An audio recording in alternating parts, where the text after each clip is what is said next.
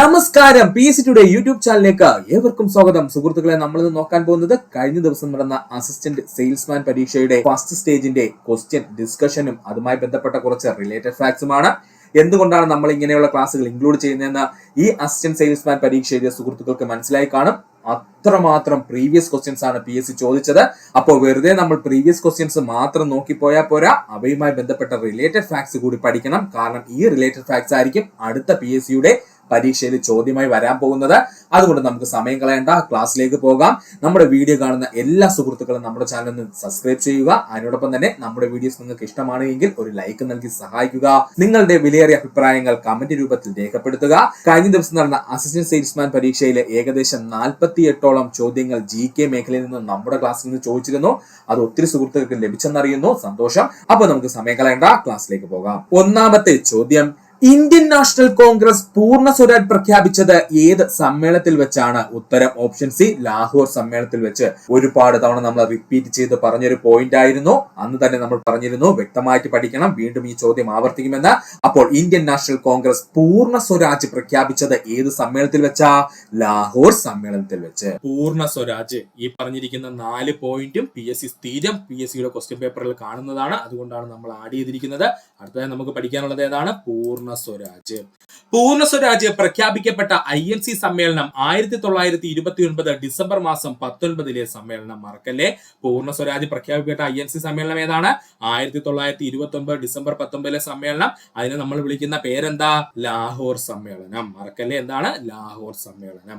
ഇന്ത്യക്കാർ സ്വാതന്ത്ര്യദിനമായി ആഘോഷിക്കുവാൻ കോൺഗ്രസ് പാർട്ടി തിരഞ്ഞെടുത്ത തീയതി 1929 ജനുവരി 26. നമ്മൾ ഓൾറെഡി പറഞ്ഞു കഴിഞ്ഞു.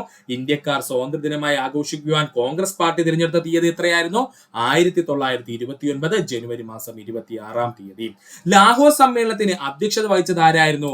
ജവഹർലാൽ നെഹ്റു ആയിരുന്നു. 1929 ഡിസംബർ 19 നടന്ന ലാഹോർ സമ്മേളനത്തിൽ, INCയുടെ ലാഹോർ സമ്മേളനത്തിന് അധ്യക്ഷത വഹിച്ചത് ആരാ? അത് ജവഹർലാൽ നെഹ്റു ആയിരുന്നു.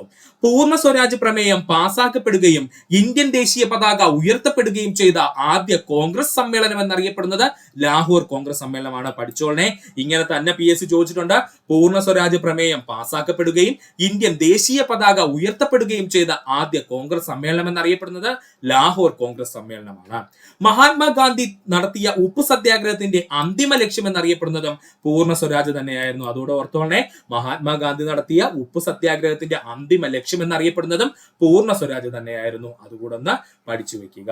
അപ്പൊ നമ്മൾ പറഞ്ഞത് പൂർണ്ണ സ്വരാജിനെ പറ്റിയിട്ടാണ്. പൂർണ്ണ സ്വരാജ് പ്രഖ്യാപിക്കപ്പെട്ട INC സമ്മേളനം എന്ന് പറയുന്നത് 1929 ഡിസംബർ മാസം 19 നടന്ന ലാഹോർ INC സമ്മേളനമാണ്. ഇന്ത്യക്കാർ സ്വാതന്ത്ര്യദിനമായി ആഘോഷിക്കുവാൻ കോൺഗ്രസ് പാർട്ടി തിരഞ്ഞെടുത്ത തീയതി 1929 ജനുവരി മാസം 26 തീയതി. ലാഹോർ സമ്മേളനത്തിന് അധ്യക്ഷത വഹിച്ചത് ജവഹർലാൽ നെഹ്റു ആയിരുന്നു.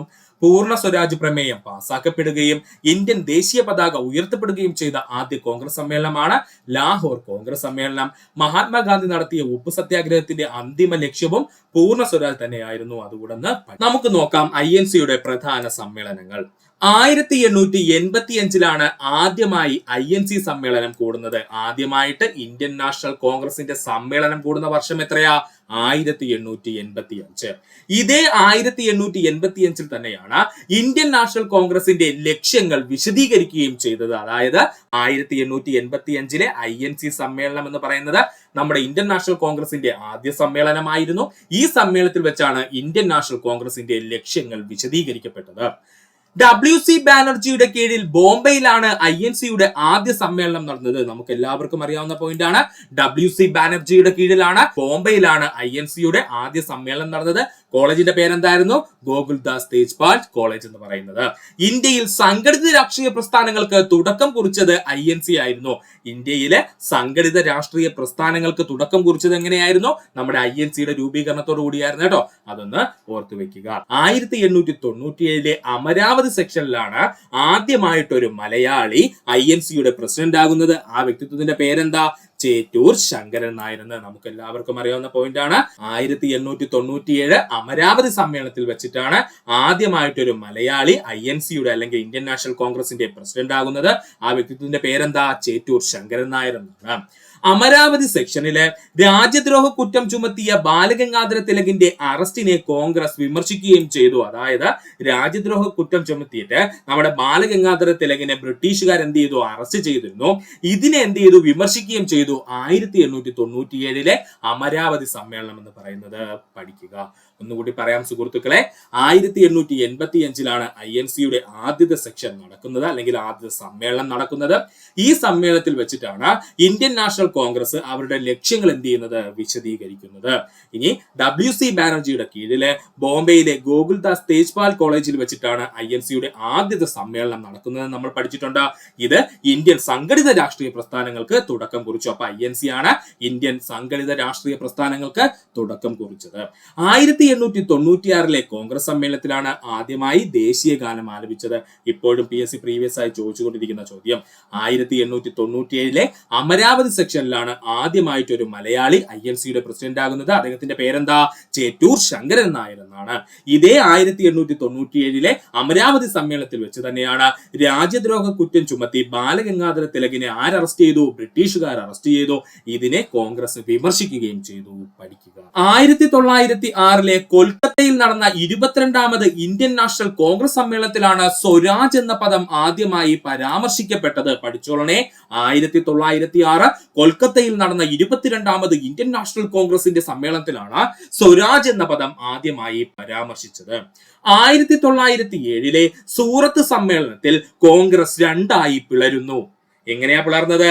സുരേന്ദ്രനാഥ് ബാനർജിയും ഗോപാലകൃഷ്ണ ഗോഖലെയും നേതൃത്വമുള്ള മിതവാദി എന്നും ബാലഗംഗാധര തിലക്, ലാലാ ലജ്പത് റായ്, ബിപിൻ ചന്ദ്രപാൽ എന്നിവരുടെ നേതൃത്വത്തിലുള്ള തീവ്രവാദി എന്നും ഇങ്ങനെ രണ്ടായിട്ട് നമ്മുടെ കോൺഗ്രസ് പിളർന്നതെന്ന 1907 സൂറത്ത് സമ്മേളനത്തിൽ വെച്ചിട്ട്. പഠിച്ചോളനെ, ഇമ്പോർട്ടന്റ് ആണ്. 1907 സൂറത്ത് സമ്മേളനത്തിൽ കോൺഗ്രസ് രണ്ടായിട്ട് പിളർന്നു. എങ്ങനെയാ പിളർന്നത്? ഒന്ന് സുരേന്ദ്രനാഥ് ബാനർജിയുടെയും ഗോപാൽ കൃഷ്ണ ഗോഖലെയുടെയും നേതൃത്വത്തില് മിതവാദികളെന്നും ബാലഗംഗാധര തിലകിന്റെയും ലാലാ ലജ്പത് റായിയുടെയും ബിപിൻ ചന്ദ്രപാലിന്റെയും നേതൃത്വത്തില് തീവ്രവാദികളെന്നും രണ്ടായിട്ട് നമ്മുടെ കോൺഗ്രസ് പിളർന്നു. സമ്മേളനം ഏതാണ്? 1907 സൂറത്ത് സമ്മേളനം. 1908 INCയുടെ 23ാം സെക്ഷനിൽ കോൺഗ്രസിന്റെ ഭരണഘടന ഉണ്ടാക്കി. ഇമ്പോർട്ടന്റ് ആണ്. 1908 INCയുടെ 23ാം സെക്ഷനിൽ കോൺഗ്രസ് എന്ന് പറയുന്ന സംഘടനയ്ക്ക് ഒരു ഭരണഘടന ഉണ്ടാക്കി. 1911 ഇന്ത്യൻ നാഷണൽ കോൺഗ്രസിന്റെ കൊൽക്കത്ത സമ്മേളനത്തിൽ ആദ്യമായി ദേശീയ ഗാനമായ ജനഗണമന പാരായണം ചെയ്യപ്പെട്ടു. ഇമ്പോർട്ടന്റ് ആണ്. 1911 ഇന്ത്യൻ നാഷണൽ കോൺഗ്രസിന്റെ കൊൽക്കത്ത സമ്മേളനത്തിൽ വെച്ചിട്ട് ആദ്യമായി ദേശീയ ഗാനമായ ജനഗണമനയുടെ പാരായണം ചെയ്യുകയും ചെയ്തു. അതുകൊണ്ട് ഒന്ന് ഓർത്തു വെച്ചിരിക്കുക. ഒന്നുകൂടി പറയാം സുഹൃത്തുക്കളെ, ഓർക്കുക. 1906 കൊൽക്കത്തയിൽ നടന്ന 22ാമത് ഇന്ത്യൻ നാഷണൽ കോൺഗ്രസിന്റെ സമ്മേളനത്തിലാണ് സ്വരാജ് എന്ന പദം ആദ്യമായി പരാമർശിക്കപ്പെട്ടത്. 1907 സൂറത്ത് സമ്മേളനത്തിൽ വെച്ച് കോൺഗ്രസ് രണ്ടായി പിളരുന്നു. ഒരു സെക്ഷൻ എങ്ങോട്ടാ പോയത്? സുരേന്ദ്രനാഥ് ബാനർജിയുടെയും ഗോപാലകൃഷ്ണ ഗോഖലെയുടെയും നേതൃത്വത്തിലുള്ള മിതവാദികളായിട്ടും ബാലഗംഗാധര തിലക്, ലാലാ ലജ്പത് റായ്, ബിപിൻ ചന്ദ്രപാൽ എന്നിവരുടെ നേതൃത്വത്തിലുള്ള തീവ്രവാദികളായിട്ടും കോൺഗ്രസ് രണ്ടായിട്ട് പിളർന്നു. സമ്മേളനം ഏതാ? 1907 സൂറത്ത് സമ്മേളനം. 1908 INCയുടെ 23ാം സെക്ഷനില് കോൺഗ്രസിന്റെ ഭരണഘടന ഉണ്ടാക്കി. 1911 ഇന്ത്യൻ നാഷണൽ കോൺഗ്രസിന്റെ കൊൽക്കത്ത സമ്മേളനത്തില് ആദ്യമായിട്ട് ദേശീയ ഗാനമായ ജനഗണമന പാരായണം ചെയ്യപ്പെടുകയും ചെയ്തു. പഠിക്കുക. 1916 ലക്നൗ സെക്ഷനിൽ വെച്ചിട്ട് മിതവാദികളും തീവ്രവാദികളും ഒരുമിച്ചു. 1916 ലക്നൗ സെക്ഷനിൽ വെച്ചിട്ട് മിതവാദികളും തീവ്രവാദികളും ഒരുമിച്ചു. അതിനോടൊപ്പം തന്നെ തീവ്രവാദികൾ എന്ത് ചെയ്തു? INC സെക്ഷനിൽ വീണ്ടും വന്ന് ചേരുകയും അതുപോലെ തന്നെ അതുവരെ പിളർന്നിരുന്ന കോൺഗ്രസ് മുസ്ലിം ലീഗുമായിട്ട് ഒന്നിക്കുകയും അവര് ലക്നൗ കരാറിൽ ഒപ്പുവെക്കുകയും ചെയ്തു. അത് ഇമ്പോർട്ടന്റ് ആണ്. അപ്പൊ കോൺഗ്രസും മുസ്ലിം ലീഗും തമ്മിലൊരു വേർതിരിവുണ്ടായിരുന്നു. അതിനുള്ള കാരണമൊക്കെ നമുക്ക് പിന്നെ വിശദീകരിച്ച് പഠിക്കാം. അപ്പോൾ ഇങ്ങനെ മുസ്ലിം ലീഗും കോൺഗ്രസും തമ്മിൽ തെറ്റിപ്പിരിഞ്ഞിരുന്ന സമയത്താണ് 1916 മിതവാദികളും തീവ്രവാദികളും ഒന്നിക്കുന്നത്. അതോടുകൂടി കോൺഗ്രസും മുസ്ലിം ലീഗും തമ്മിൽ ഒരു കരാർ ഒപ്പിടുന്നു. ഇതാണ് ലക്നൗ കരാർ. ഇത് പ്രകാരം കോൺഗ്രസും മുസ്ലിം ലീഗും ഒന്നിച്ച് പ്രവർത്തിക്കുവാൻ തീരുമാനിക്കുകയും ചെയ്തു. 1917 കൊൽക്കത്ത സമ്മേളനത്തിൽ ആനി ബെസന്റ് ഇന്ത്യൻ നാഷണൽ കോൺഗ്രസിന്റെ ആദ്യ വനിതാ പ്രസിഡന്റായി മാറി. ഇമ്പോർട്ടന്റ് ആണ്. 1917 കൊൽക്കത്ത സമ്മേളനത്തിൽ വെച്ച് ആനി ബെസന്റ് ഇന്ത്യൻ നാഷണൽ കോൺഗ്രസിന്റെ ആദ്യ വനിതാ പ്രസിഡന്റായി. 1920 നാഗ്പൂർ സമ്മേളനത്തിൽ സി വിജയരാഘവാചാര്യയുടെ അധ്യക്ഷതയിൽ ബ്രിട്ടീഷ് ഭരണത്തിനെതിരെ മഹാത്മാഗാന്ധിയുടെ നേതൃത്വത്തിൽ കോൺഗ്രസ് നിസ്സഹകരണ പ്രസ്ഥാനം അംഗീകരിച്ചു. മോസ്റ്റ് ഇമ്പോർട്ടന്റ് പോയിന്റ് ആണ് പറഞ്ഞത്. 1920 നാഗ്പൂർ സമ്മേളനത്തിൽ വെച്ചിട്ട് സി വിജയരാഘവാചാര്യയുടെ അധ്യക്ഷതയിൽ ബ്രിട്ടീഷ് ഭരണത്തിനെതിരെ മഹാത്മാഗാന്ധിയുടെ നേതൃത്വത്തിൽ കോൺഗ്രസ് നിസ്സഹകരണ പ്രസ്ഥാനം അംഗീകരിച്ചു. 1929 മോസ്റ്റ് ഇമ്പോർട്ടന്റ് ഇയർ ആണ്. 1929 ജവഹർലാൽ നെഹ്റുവിന്റെ അധ്യക്ഷതയിൽ ചേർന്ന ലാഹോർ സമ്മേളനം പൂർണ്ണ സ്വരാജ് അഥവാ സമ്പൂർണ്ണ സ്വാതന്ത്ര്യം ലക്ഷ്യമായി പ്രഖ്യാപിക്കുകയും 1930 ജനുവരി 26 സ്വാതന്ത്ര്യ ദിനമായി ആഘോഷിക്കുകയും ചെയ്തു. ഇമ്പോർട്ടന്റ് ആണ്. 1929 ജവഹർലാൽ നെഹ്റുവിന്റെ അധ്യക്ഷതയിൽ ചേർന്ന ലാഹോർ സമ്മേളനം പൂർണ്ണ സ്വരാജ് അഥവാ സമ്പൂർണ്ണ സ്വാതന്ത്ര്യം ലക്ഷ്യമായി പ്രഖ്യാപിക്കുകയും 1930 ജനുവരി 26 സ്വാതന്ത്ര്യ ദിനമായി ആഘോഷിക്കുകയും ചെയ്തു. പഠിക്കുക. ഒന്നുകൂടി പറയാം സുഹൃത്തുക്കളെ, ശ്രദ്ധിക്കുക. 1916 ലക്നൗ സെക്ഷനിൽ വെച്ചിട്ട് മിതവാദികളും തീവ്രവാദികളും ഒരുമിക്കുകയും അതിനോടൊപ്പം തന്നെ തീവ്രവാദികൾ വീണ്ടും INCയുടെ ഭാഗമായി തീരുകയും ചെയ്തു. ഇതേ വർഷം തന്നെ കോൺഗ്രസ് മുസ്ലിം ലീഗും തമ്മിലുണ്ടായിരുന്ന പിളർപ്പ് അവസാനിക്കുകയും ലക്നൗ കരാറിൽ അവർ ഒപ്പുവെക്കുകയും ചെയ്തു. 1917 കൊൽക്കത്ത സമ്മേളനത്തിൽ ആനി ബെസന്റ് ഇന്ത്യൻ നാഷണൽ കോൺഗ്രസിന്റെ ആദ്യ വനിതാ പ്രസിഡന്റായി മാറി. 1920 നാഗ്പൂർ സമ്മേളനത്തില് സി വിജയരാഘവാചാര്യയുടെ അധ്യക്ഷതയിൽ ബ്രിട്ടീഷ് ഭരണത്തിനെതിരെ മഹാത്മാഗാന്ധിയുടെ നേതൃത്വത്തിലെ കോൺഗ്രസ് നിസ്സഹകരണ പ്രസ്ഥാനം അംഗീകരിച്ചു. അപ്പൊ കോൺഗ്രസ് നിസ്സഹകരണ പ്രസ്ഥാനം അംഗീകരിച്ചത് എവിടെ വെച്ചാ? 1920 നാഗ്പൂർ INC സമ്മേളനത്തിൽ വെച്ച്. 1929 ആണ് ഇതിൽ ഏറ്റവും ഇമ്പോർട്ടന്റ്. ജവഹർലാൽ നെഹ്റുവിന്റെ അധ്യക്ഷതയിൽ ചേർന്ന ലാഹോർ സമ്മേളനം പൂർണ്ണ സ്വരാജ് അഥവാ സമ്പൂർണ്ണ സ്വാതന്ത്ര്യം ലക്ഷ്യമായി പ്രഖ്യാപിക്കുകയും 1930 ജനുവരി 26 സ്വാതന്ത്ര്യ ദിനമായി ആഘോഷിക്കുകയും ചെയ്തു. പഠിക്കുക. 1942 മൗലാന അബ്ദുൽ കലാം ആസാദിന്റെ കീഴിലുള്ള ബോംബെ സമ്മേളനം ഇന്ത്യയിൽ ബ്രിട്ടീഷ് ഭരണം അവസാനിപ്പിക്കണമെന്ന ആവശ്യപ്പെട്ട് ക്വിറ്റ് ഇന്ത്യ പ്രസ്ഥാനത്തിന് തുടക്കമിട്ടു. പഠിച്ചോളനെ. 1942 മൗലാന അബ്ദുൽ കലാം ആസാദിന്റെ കീഴിലുള്ള ബോംബെ INC സമ്മേളനത്തിൽ വെച്ചിട്ട് ഇന്ത്യയിൽ ബ്രിട്ടീഷ് ഭരണം അവസാനിപ്പിക്കണമെന്ന് ആവശ്യപ്പെട്ട് ക്വിറ്റ് ഇന്ത്യ പ്രസ്ഥാനത്തിന് തുടക്കമിട്ടു. 1946 JB കൃപലാനി പ്രസിഡന്റായ മീററ്റ് സെക്ഷനിൽ ഒരു ഇടക്കാല സർക്കാരിന്റെ രൂപീകരണത്തിന് പങ്കാളിത്തം ആര് തീരുമാനിച്ചു അല്ലെങ്കിൽ അംഗീകരിച്ചു? നമ്മുടെ INC അംഗീകരിക്കുകയും ഇത് ഇന്ത്യയുടെ സ്വാതന്ത്ര്യത്തിനായിട്ടുള്ള ചർച്ചകളിലേക്ക് നയിക്കുകയും ചെയ്തു. 1946 JB കൃപലാനി പ്രസിഡന്റായ മീററ്റ് സെക്ഷനിൽ ഒരു ഇടക്കാല സർക്കാർ അഥവാ ഒരു ഇന്ത്യൻ ഗവൺമെന്റ് രൂപീകരണത്തിന് INC സമ്മതം മൂളുകയും ഇതെന്ത് ചെയ്തു? ഇന്ത്യയുടെ സ്വാതന്ത്ര്യത്തിനായിട്ടുള്ള ചർച്ചയിലേക്ക് നയിക്കുകയും ചെയ്തു. ഇതും കൂടെ ഒന്ന് ഓർത്തു വെച്ചിരിക്കുക. ഒന്നുകൂടി പറയാം സുഹൃത്തുക്കളെ, ശ്രദ്ധിക്കുക. 1942 മൗലാന അബ്ദുൽ കലാം ആസാദിന്റെ കീഴിലുള്ള ബോംബെ സമ്മേളനത്തിൽ ഇന്ത്യയിൽ ബ്രിട്ടീഷ് ഭരണം അവസാനിപ്പിക്കണമെന്ന് ആവശ്യപ്പെട്ട് ക്വിറ്റ് ഇന്ത്യ പ്രസ്ഥാനത്തിന് തുടക്കമിട്ടു. 1946 JB കൃപലാനി പ്രസിഡന്റായ മീററ്റ് സെക്ഷനിൽ ഒരു ഇടക്കാല സർക്കാർ അഥവാ ഒരു ഇന്ത്യൻ ഗവൺമെന്റ് രൂപീകരിക്കുന്നതിനുള്ള പങ്കാളിത്തം ആര് നൽകി? INC എന്ത് ചെയ്തു? അംഗീകരിച്ചു. ഇത് ഇന്ത്യയുടെ സ്വാതന്ത്ര്യത്തിലേക്കുള്ള ചർച്ചയിലേക്ക് നയിക്കുകയും ചെയ്തു. പഠിക്കും. രണ്ടാമത്തെ ചോദ്യം, തിരുവിതാംകൂർ ഭരണാധികാരിയായ മാർത്താണ്ഡവർമ്മ കർഷകരായ സൈനികർക്ക് അവരുടെ സേവന കാലഘട്ടത്തിൽ നൽകിയിരുന്ന നികുതി ഇളവ് ഏതു പേരിലാണ് അറിയപ്പെട്ടത്? ഉത്തരം ഇറയിളി എന്നാണ്. ഓർത്തോളനെ.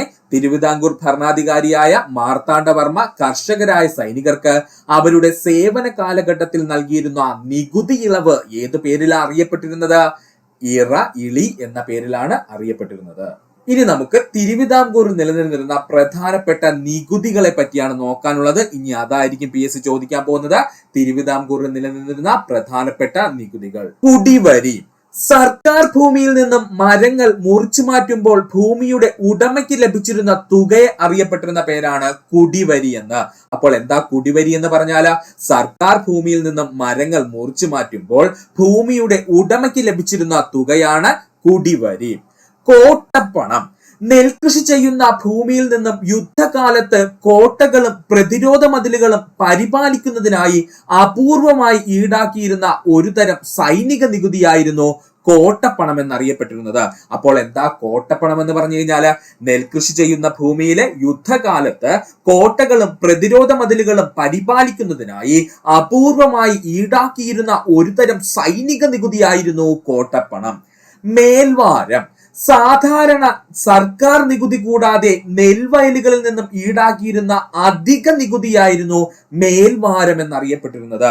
എന്താ മേൽവാരം എന്ന് പറഞ്ഞു കഴിഞ്ഞാൽ സാധാരണ സർക്കാർ നികുതി കൂടാതെ നെൽവയലുകളിൽ നിന്നും ഈടാക്കിയിരുന്ന ഒരു അധിക നികുതിയായിരുന്നു മേൽവാരം. പാടുവലം ഭൂനികുതി കുടിശ്ശികയെ ഏകീകരിച്ച് ഉണ്ടാക്കിയിരുന്ന ഒരു തരം കടപ്പത്രം അറിയപ്പെട്ടിരുന്ന പേരാണ് പാടുവലം എന്ന്. അപ്പൊ എന്താ പാടുവലം എന്ന് പറഞ്ഞാല് ഭൂനികുതി കുടിശ്ശികയെ ഏകീകരിച്ചുണ്ടാക്കിയിരുന്ന ഒരു തരം കടപ്പത്രമായിരുന്നു പാടുവലം. നികുതി കുടിശ്ശികയ്ക്ക് വേണ്ടി ഭൂമി ലേലം ചെയ്യാതിരിക്കുവാനാണ് പാടുവലം കൊണ്ടുവന്നത്. ഓർക്കണം, നികുതി കുടിശ്ശികയ്ക്ക് വേണ്ടി ഭൂമി ലേലം ചെയ്യാതിരിക്കുന്നതിന് വേണ്ടിയിട്ടാണ് എന്തുപയോഗിച്ചുകൊണ്ടിരുന്നത്? പാടുവലം ഉപയോഗിച്ചുകൊണ്ടിരുന്നത്. രാജകര ഉപതി രാജാവിന്റെ ഉദ്യോഗസ്ഥർക്ക് നൽകേണ്ടിയിരുന്ന ഒരു തരം നികുതിയായിരുന്നു രാജകര ഉപതി നികുതി എന്ന് പറയുന്നത്. അപ്പോൾ രാജകര ഉപതി എന്താണെന്ന് ചോദിച്ചാല് രാജാവിന്റെ ഉദ്യോഗസ്ഥർ നൽകേണ്ടിയിരുന്ന ഒരു നികുതിയായിരുന്നു രാജകര ഉപതി എന്ന് പറയുന്നത്. പിറന്നാൾ വീര വകൈ രാജകീയ ജന്മദിനം ആഘോഷിക്കാൻ ഭൂമിയിൽ നിന്ന് പിരിച്ചെടുത്തിരുന്ന ചെറിയ നികുതി അറിയപ്പെട്ടിരുന്ന പേരായിരുന്നു പിറന്നാൾ വീര വകൈ എന്ന് പറയുന്നത്. പിറന്നാൾ വീര വകൈ എന്ന് പറഞ്ഞാല് രാജകീയ ജന്മദിനം ആഘോഷിക്കാൻ വേണ്ടി ഭൂമിയിൽ നിന്ന് പിരിച്ചെടുത്തിരുന്ന ചെറിയ നികുതി അറിയപ്പെട്ടിരുന്ന പേരാണ് എന്ത്? പിറന്നാൾ വീര വകൈ എന്നുള്ളത്. അടുത്ത നികുതിയാണ് വയ്യാവരി. ഈഴവരിൽ നിന്നും നാടാന്മാരിൽ നിന്നും പിരിച്ചെടുത്തിരുന്ന ഒരു തരം നികുതിയായിരുന്നു വയ്യാവരി എന്നുള്ളത്. തിരുവിതാംകൂറിൽ നേരെ ടിപ്പു സുൽത്താന്റെ ആക്രമണം ഉണ്ടായപ്പോൾ ഉണ്ടായ സാമ്പത്തിക പ്രതിസന്ധി നേരിടാൻ ഓരോരുത്തരിൽ നിന്നും 1 രൂപ വീതം പിരിച്ചിരുന്നു. ഇമ്പോർട്ടന്റ് ആണ്. വയ്യാവരി എന്ന് പറഞ്ഞാൽ എന്താണ്? ഈഴവരിൽ നിന്നും നാടാന്മാരിൽ നിന്നും പിരിച്ചെടുത്തിരുന്ന ഒരു തരം നികുതിയായിരുന്നു വയ്യാവരി. എന്തിനാ ഈ വയ്യാവരി പിരിച്ചിരുന്നതെന്ന് ചോദിച്ചാല് തിരുവിതാംകൂറിന് നേരെ ടിപ്പു സുൽത്താന്റെ ആക്രമണം ഉണ്ടായപ്പോൾ ഉണ്ടായ സാമ്പത്തിക പ്രതിസന്ധി നേരിടാനായിട്ട് ഓരോരുത്തരിൽ നിന്നും 1 രൂപ വെച്ച് പിരിച്ചിരുന്നു. മാനെ മെയ്പ്പാൻ കൊല്ലും ഇറൈ. അടുത്ത നികുതി എന്തായിരുന്നു? മാനെ മെയ്പ്പാൻ കൊല്ലും ഇറൈ. വീടിന്റെ മേൽക്കൂര മാറ്റുന്നതിന് പിരിച്ചെടുത്തിരുന്ന നികുതി അറിയപ്പെട്ടിരുന്ന പേരാണ് മാനെ മെയ്പ്പാൻ കൊല്ലും ഇറൈ. അപ്പോ മാനെ മെയ്പ്പാൻ കൊല്ലും ഇറൈ എന്ന് പറഞ്ഞാല് വീടിന്റെ മേൽക്കൂര മാറ്റുന്നതിന് പിടിച്ചെടുത്തിരുന്ന നികുതിയായിരുന്നു. മലവരി നികുതി മലകളിൽ താമസിക്കുന്നവരിൽ നിന്നും ചുമത്തിയിരുന്ന നികുതിയാണ് മലവരി നികുതി. അപ്പൊ മലവരി നികുതി എന്താണ്? മലകളിൽ താമസിക്കുന്നവരിൽ നിന്നും പിരിച്ചെടുത്തിരുന്ന അല്ലെങ്കിൽ അവർക്ക് ചുമത്തിയിരുന്ന നികുതിയായിരുന്നു മലവരി നികുതി എന്ന് പറയുന്നത്. തലക്കൂർ നികുതി തലയിൽ കെട്ടുധരിക്കുന്നതിന് പിരിച്ചെടുത്തിരുന്ന നികുതിയാണ് തലക്കൂർ നികുതി എന്നറിയപ്പെടുന്നത്. എന്താ തലക്കൂർ നികുതി എന്ന് പറഞ്ഞാൽ തലയിൽ കെട്ടുധരിച്ചിരിക്കുന്നവർക്ക് പിരിച്ചെടുത്തിരുന്ന നികുതിയായിരുന്നു തലക്കൂർ നികുതി. കുപ്പക്കച്ച നികുതി താഴ്ന്ന ജാതിക്കാർ താമസിക്കുന്ന കുടിലുകൾക്ക് ഒരു പണം നികുതിയായി ചുമത്തിയിരുന്നു. ഇതാണ് കുപ്പക്കച്ച നികുതി എന്നറിയപ്പെട്ടിരുന്നത്. എന്താ കുപ്പക്കച്ച നികുതി എന്ന് പറഞ്ഞാല് താഴ്ന്ന ജാതിക്കാർ താമസിക്കുന്ന കുടിലുകൾക്ക് ഒരു പണം നികുതിയായി ചുമത്തിയിരുന്നു. ഇതറിയപ്പെട്ടിരുന്ന പേരാണ് കുപ്പക്കച്ച നികുതി എന്ന്. അടിയറ നികുതി അനന്തരാവകാശമായി ലഭിക്കുന്ന സ്വത്തിന്റെ മുഴുവൻ സ്വത്തിന്റെയും 1/4 ഭാഗം നികുതിയായി ചുമത്തണമായിരുന്നു. ഇതാണ് അടിയറ നികുതി എന്നറിയപ്പെട്ടിരുന്നത്. ഇമ്പോർട്ടന്റ് ആണ്. എന്താ അടിയറ നികുതി എന്ന് പറഞ്ഞു കഴിഞ്ഞാൽ അനന്തരാവകാശമായി ലഭിക്കുന്ന സ്വത്തിന്റെ മുഴുവൻ സ്വത്തിന്റെയും എത്രയാണ്? 1/4 ഭാഗം ആർക്ക് നൽകണമായിരുന്നു? രാജാവിന് നൽകണമായിരുന്നു. ഈ നികുതി അറിയപ്പെടുന്ന പേരാണ് അടിയറ നികുതി എന്ന്. നടവുകാർ നികുതി പുതിയ കൃഷിത്തോട്ടങ്ങൾക്ക് മേലെ ചുമത്തുന്ന നികുതിയായിരുന്നു നടവുകാർ നികുതി എന്നറിയപ്പെട്ടിരുന്നത്. എന്താ നടവുകാർ നികുതി എന്ന് പറഞ്ഞാല് പുതിയ കൃഷിത്തോട്ടങ്ങൾക്ക് മേൽ കൊണ്ടുവന്നിരുന്ന നികുതിയാണ് എന്ത് പേരിൽ അറിയപ്പെട്ടത്? നടവുകാർ നികുതി എന്ന് അറിയപ്പെട്ടത്. തൊഴുപരി കാലിക്കൂട്ടങ്ങൾക്ക് ചുമത്തിയിരുന്ന നികുതിയായിരുന്നു തൊഴുപരി എന്നറിയപ്പെട്ടിരുന്നത്. കാലിക്കൂട്ടങ്ങൾക്ക് വേണ്ടി ചുമത്തിയിരുന്ന നികുതി എന്ത് പേരിലാണ് അറിയപ്പെട്ടിരുന്നത്? തൊഴുപരി എന്നാണ് അറിയപ്പെട്ടിരുന്നത്. ഇത് കന്നുകാലികളുടെ എണ്ണത്തെയാണ് ആശ്രയിച്ചിരുന്നത്. അപ്പോൾ തൊഴുപരി എന്ന് പറയുന്ന നികുതി എന്തിനെ ആശ്രയിച്ചിരുന്നത്? കന്നുകാലികളുടെ എണ്ണത്തെ ആശ്രയിച്ചാണ് ഇരുന്നത്. വേലവെടുപ്പ് നികുതി വിളവെടുപ്പിനാണ് ഈ നികുതി ചുമത്തിയിരുന്നത്. അതായത് ഒരു പ്രദേശത്ത് നിന്ന് നമ്മൾ വിളവെടുത്തു കഴിഞ്ഞാൽ അതിന് നമ്മൾ നികുതി നൽകണമായിരുന്നു. ആ നികുതി അറിയപ്പെടുന്ന പേരെന്തായിരുന്നു? വേലവെടുപ്പ് നികുതി. എന്താണ് വേലവെടുപ്പ് നികുതി? പിറപ്പ് വരി താഴ്ന്ന ജാതി വീടുകളിൽ ഓരോ ജനത്തിനും ഏർപ്പെടുത്തിയിരുന്ന നികുതി അറിയപ്പെട്ടിരുന്ന പേരാണ് പിറപ്പ് വരി നികുതി എന്നുള്ളത്. താഴ്ന്ന ജാതി വീടുകളിൽ ഓരോ ജനത്തിനും ഏർപ്പെടുത്തിയിരുന്ന നികുതി എന്തായിരുന്നു? പിറപ്പ് വരി നികുതി. പടനി വരി, കള്ളിന് ചുമത്തിയിരുന്ന നികുതി അറിയപ്പെടുന്ന പേരാണ് പടനി വരി. ഓർത്തോളനെ, കള്ളിന് ചുമത്തിയിരുന്ന നികുതി അറിയപ്പെടുന്ന പേരെന്താണ്? പടനി വരി എന്ന്. നാട്ടുവരി, ഗ്രാമത്തിലുള്ള വ്യക്തികൾ നൽകേണ്ടിയിരുന്ന നികുതി അറിയപ്പെടുന്ന പേരാണ് നാട്ടുവരി എന്ന്. അപ്പോ ഒരു ഗ്രാമത്തിലുള്ള വ്യക്തികൾ എല്ലാം നൽകേണ്ട നികുതി എന്ത് പേരിലാണ് അറിയപ്പെട്ടിരുന്നത്? നാട്ടുവരി എന്ന്. എട്ടുവരി അല്ലെങ്കിൽ ഓലവരി, പനയോലകൾക്ക് ചുമത്തിയിരുന്ന നികുതി അറിയപ്പെടുന്ന പേരാണ് എട്ടുവരി അല്ലെങ്കിൽ ഓലവരി നികുതി എന്ന്. എട്ടുവരി അല്ലെങ്കിൽ ഓലവരി നികുതി എന്ന് പറഞ്ഞാൽ എന്താ? പനയോലകൾക്ക് ചുമത്തിയിരുന്ന നികുതിയായിരുന്നു എട്ടുവരി അല്ലെങ്കിൽ ഓലവരി നികുതി. ഇറപ്പുവരി, മരണത്തിന് നൽകിയിരുന്ന നികുതിയായിരുന്നു ഇറപ്പുവരി എന്ന പേരിൽ അറിയപ്പെട്ടിരുന്നത്. പടവാരം, കുതിരപ്പടയ്ക്കും അതുപോലെ മറ്റു റെജിമെന്റുകൾക്കും നൽകിയിരുന്ന നികുതിയാണ് പടവാരം എന്നറിയപ്പെട്ടിരുന്നത്. അതായത് സാധാരണ ജനങ്ങള് കുതിരപ്പടയ്ക്കും അതുപോലെ മറ്റു റെജിമെന്റുകളുടെ പ്രവർത്തനത്തിനും വേണ്ടിയിട്ട് സർക്കാരിലേക്ക് നികുതി പണം അടയ്ക്കണമായിരുന്നു. ഇതറിയപ്പെട്ടിരുന്ന പേരെന്താ? പടവാരം എന്ന്. പൊൻവരി, സ്വർണത്തിന് നൽകേണ്ടിയിരുന്ന നികുതി അറിയപ്പെടുന്ന പേരാണ് പൊൻവരി. ഓർത്തോളനെ, സ്വർണത്തിന് മേൽ നൽകിയിരുന്ന പ്രത്യേക നികുതി അറിയപ്പെടുന്ന പേരെന്താണ്? പൊൻവരി എന്ന്. ആറ്റുവരി, നദികളിലെ ജലം ഉപയോഗിക്കുകയാണെങ്കിൽ അതിനെന്ത് നൽകണമായിരുന്നു? നമ്മൾ ടാക്സ് നൽകണമായിരുന്നു, അല്ലെങ്കിൽ നികുതി നൽകണമായിരുന്നു. ഇതിനെയാണ് ആറ്റുവരി എന്നറിയപ്പെട്ടിരുന്നത്. ഓർക്കണം, നദികളിലെ ജലം നമ്മൾ ഉപയോഗിക്കുകയാണെന്നുണ്ടെങ്കിൽ അതിന് നമ്മൾ നികുതി അടയ്ക്കണമായിരുന്നു. ഇതിനെയാണ് ആറ്റുവരി എന്നറിയപ്പെടുന്നത്. ഊഴിയാവാരി, അടിമപ്പണിക്ക് നൽകേണ്ടിയിരുന്ന നികുതി അറിയപ്പെടുന്ന പേരാണ് ഊഴിയവാരി എന്നുള്ള നികുതി. ഇത് ഓൾറെഡി PSC ചോദിച്ചിട്ടുണ്ട്. അടിമപ്പണി ചെയ്യുന്നവർക്ക് നൽകേണ്ടിയിരുന്ന നികുതി എന്ത് പേരിലാണ് അറിയപ്പെട്ടിരുന്നത്? ഊഴിയവാരി എന്നാണ്. കറുപ്പ് കട്ടിവാരി, ശർക്കരയ്ക്ക് നൽകേണ്ടിയിരുന്ന നികുതി അറിയപ്പെടുന്ന പേരാണ് കറുപ്പ് കട്ടിവാരി. ഓർക്കണം, കറുപ്പ് കട്ടിവാരി നികുതി എന്തിനായി ഏർപ്പെടുത്തിയിരുന്നത്? ശർക്കര വിപണനം ചെയ്യുന്നവർക്ക് വേണ്ടിയിട്ട് നൽകിയിരുന്ന നികുതിയായിരുന്നു കറുപ്പ് കട്ടിവാരി. ഇലവാനിയപ്പട്ടം നികുതി, ഇത് നൽകിയിരുന്നത് വാഴയിലയ്ക്കായിരുന്നു. ഓർത്തോളണം, ഇലവാനിയപ്പട്ടം നികുതി എന്തിനാ നൽകിയിരുന്നത്? വാഴയിലയ്ക്ക് നൽകിയിരുന്ന നികുതിയായിരുന്നു ഇലവാനിയപ്പട്ടം നികുതി. താരക്കുകൂലി, മധ്യസ്ഥതയ്ക്ക് വേണ്ടി നൽകേണ്ടി വന്നിരുന്ന നികുതി അറിയപ്പെട്ടിരുന്ന പേരാണ് താരക്കുകൂലി എന്ന്. താരക്കുകൂലി എന്ന് പറഞ്ഞാൽ എന്താണ്? മധ്യസ്ഥതയ്ക്ക് വേണ്ടിയിട്ട് ഒരു ചെറിയ നികുതി അടക്കേണ്ടി വരും. ഇതിനെ വിളിക്കുന്ന പേരാണ് താരക്കുകൂലി എന്ന്. കൂട്ടുവാരി, കൊട്ടകൾ നിർമ്മിക്കുന്നവർ നൽകിയിരുന്ന പ്രത്യേകതരം നികുതി അറിയപ്പെട്ടിരുന്ന പേരാണ് കൂട്ടുവരി നികുതി എന്നുള്ളത്. അപ്പോ എന്താ കൂട്ടുവരി നികുതി എന്ന് പറഞ്ഞാല്? കൊട്ടകൾ നിർമ്മിക്കുന്നവർ നൽകേണ്ടിയിരുന്ന പ്രത്യേക നികുതിയായിരുന്നു എന്ത് പേരിൽ അറിയപ്പെട്ടിരുന്നത്? കൂട്ടുവാരി നികുതി എന്ന പേരിൽ അറിയപ്പെട്ടിരുന്നത്. തറപ്പട്ടം നികുതി, കൃഷി ചെയ്യാത്ത ഭൂമികൾക്ക് 1-2 പറ നെല്ല് നികുതിയായി നൽകണമായിരുന്നു. ഇതിനെയാണ് തറപ്പട്ടം നികുതി എന്നറിയപ്പെടുന്നത്. ഇമ്പോർട്ടന്റ് ആണ്. അപ്പോ എന്താ തറപ്പട്ടം നികുതി എന്ന് പറഞ്ഞു കഴിഞ്ഞാല്? കൃഷി ചെയ്യാത്ത ഭൂമികൾക്ക് 1-2 പറ നെല്ല് രാജാവിന് നികുതിയായി നൽകണമായിരുന്നു. ഇതിനെ അറിയപ്പെട്ടിരുന്ന പേരാണ് തറപ്പട്ടം നികുതി എന്ന്. ബ്രിട്ടീഷുകാരുടെ പ്രത്യക്ഷ ഭരണത്തിന് കീഴിലുണ്ടായിരുന്ന പ്രദേശം ഏതാണ്? ഉത്തരം ഓപ്ഷൻ ഡി, മലബാർ ആയിരുന്നു. കേരളത്തിലെ ബ്രിട്ടീഷുകാരുടെ പ്രത്യക്ഷ ഭരണത്തിന് കീഴിലുണ്ടായിരുന്ന പ്രദേശം ഏതായിരുന്നു? ഓപ്ഷൻ ഡി, മലബാർ ആയിരുന്നു. ആദ്യമായി ഇൻട്രൊഡക്ഷൻ എന്ന രീതിയിൽ നമുക്ക് കുറച്ച് പോയിന്റ്സ് പറയാം. ബ്രിട്ടീഷുകാരും കേരളവും തമ്മില്. ഇംഗ്ലീഷ് ഈസ്റ്റ് ഇന്ത്യ കമ്പനി സ്ഥാപിതമായ വർഷം 1600 ഡിസംബർ മാസം 31-ാം തീയതി. PSCയുടെ പ്രീവിയസ് ക്വസ്റ്റ്യൻ ആണ് പഠിക്കുക. ഇംഗ്ലീഷ് ഈസ്റ്റ് ഇന്ത്യ കമ്പനി സ്ഥാപിതമായ വർഷം 1600 ഡിസംബർ മാസം 31-ാം തീയതി ആയിരുന്നു. ഇംഗ്ലീഷ് ഈസ്റ്റ് ഇന്ത്യ കമ്പനിയുടെ രൂപീകരണത്തിന് നേതൃത്വം നൽകിയ കച്ചവട സംഘടനയായിരുന്നു മെർച്ചന്റ് അഡ്വഞ്ചറീസ്. പഠിക്കുക, ഇംഗ്ലീഷ് ഈസ്റ്റ് ഇന്ത്യ കമ്പനിയുടെ രൂപീകരണത്തിന് നേതൃത്വം നൽകിയ കച്ചവട സംഘടന ഏത് എന്ന് ചോദിച്ചാൽ അത് മെർച്ചന്റ് അഡ്വഞ്ചറീസ് ആണ്. ഇംഗ്ലീഷ് ഈസ്റ്റ് ഇന്ത്യ കമ്പനിയെ നിയന്ത്രിക്കുന്നതിന് വേണ്ടി ബ്രിട്ടീഷ് പാർലമെന്റ് പാസാക്കിയ ആദ്യത്തെ നിയമമാണ് റെഗുലേറ്റിംഗ് ആക്ട് 1773. വീണ്ടും വന്നിരിക്കുന്നു previous question. English east India കമ്പനിയെ നിയന്ത്രിക്കുന്നതിന് വേണ്ടിയിട്ട് ബ്രിട്ടീഷ് പാർലമെന്റ് പാസാക്കിയ നിയമമാണ് റെഗുലേറ്റിംഗ് ആക്ട് 1773. ഇന്ത്യയിൽ ആദ്യത്തെ ബ്രിട്ടീഷ് ഫാക്ടറി സ്ഥാപിതമായ സ്ഥലം സൂററ്റ് ആണ്. ഇന്ത്യയില് ആദ്യമായിട്ട് ബ്രിട്ടീഷ് ഫാക്ടറി സ്ഥാപിതമായ സ്ഥലം ചോദിച്ചാൽ അത് സൂററ്റ് ആണ്. ഇനി നമ്മൾ നേരെ പോകുന്നത് ഇംഗ്ലീഷ് ഈസ്റ്റ് ഇന്ത്യ കമ്പനിയും കേരളവും തമ്മിലുള്ള ബന്ധമാണ് കേട്ടോ. ഇംഗ്ലീഷ് ഈസ്റ്റ് ഇന്ത്യ കമ്പനിയും കേരളവും തമ്മിലുള്ള ബന്ധമാണ്, അല്ലെങ്കിൽ കേരളത്തിലേക്ക് അവരുടെ വരവാണ് നമ്മൾ നോക്കാൻ പോകുന്നത്.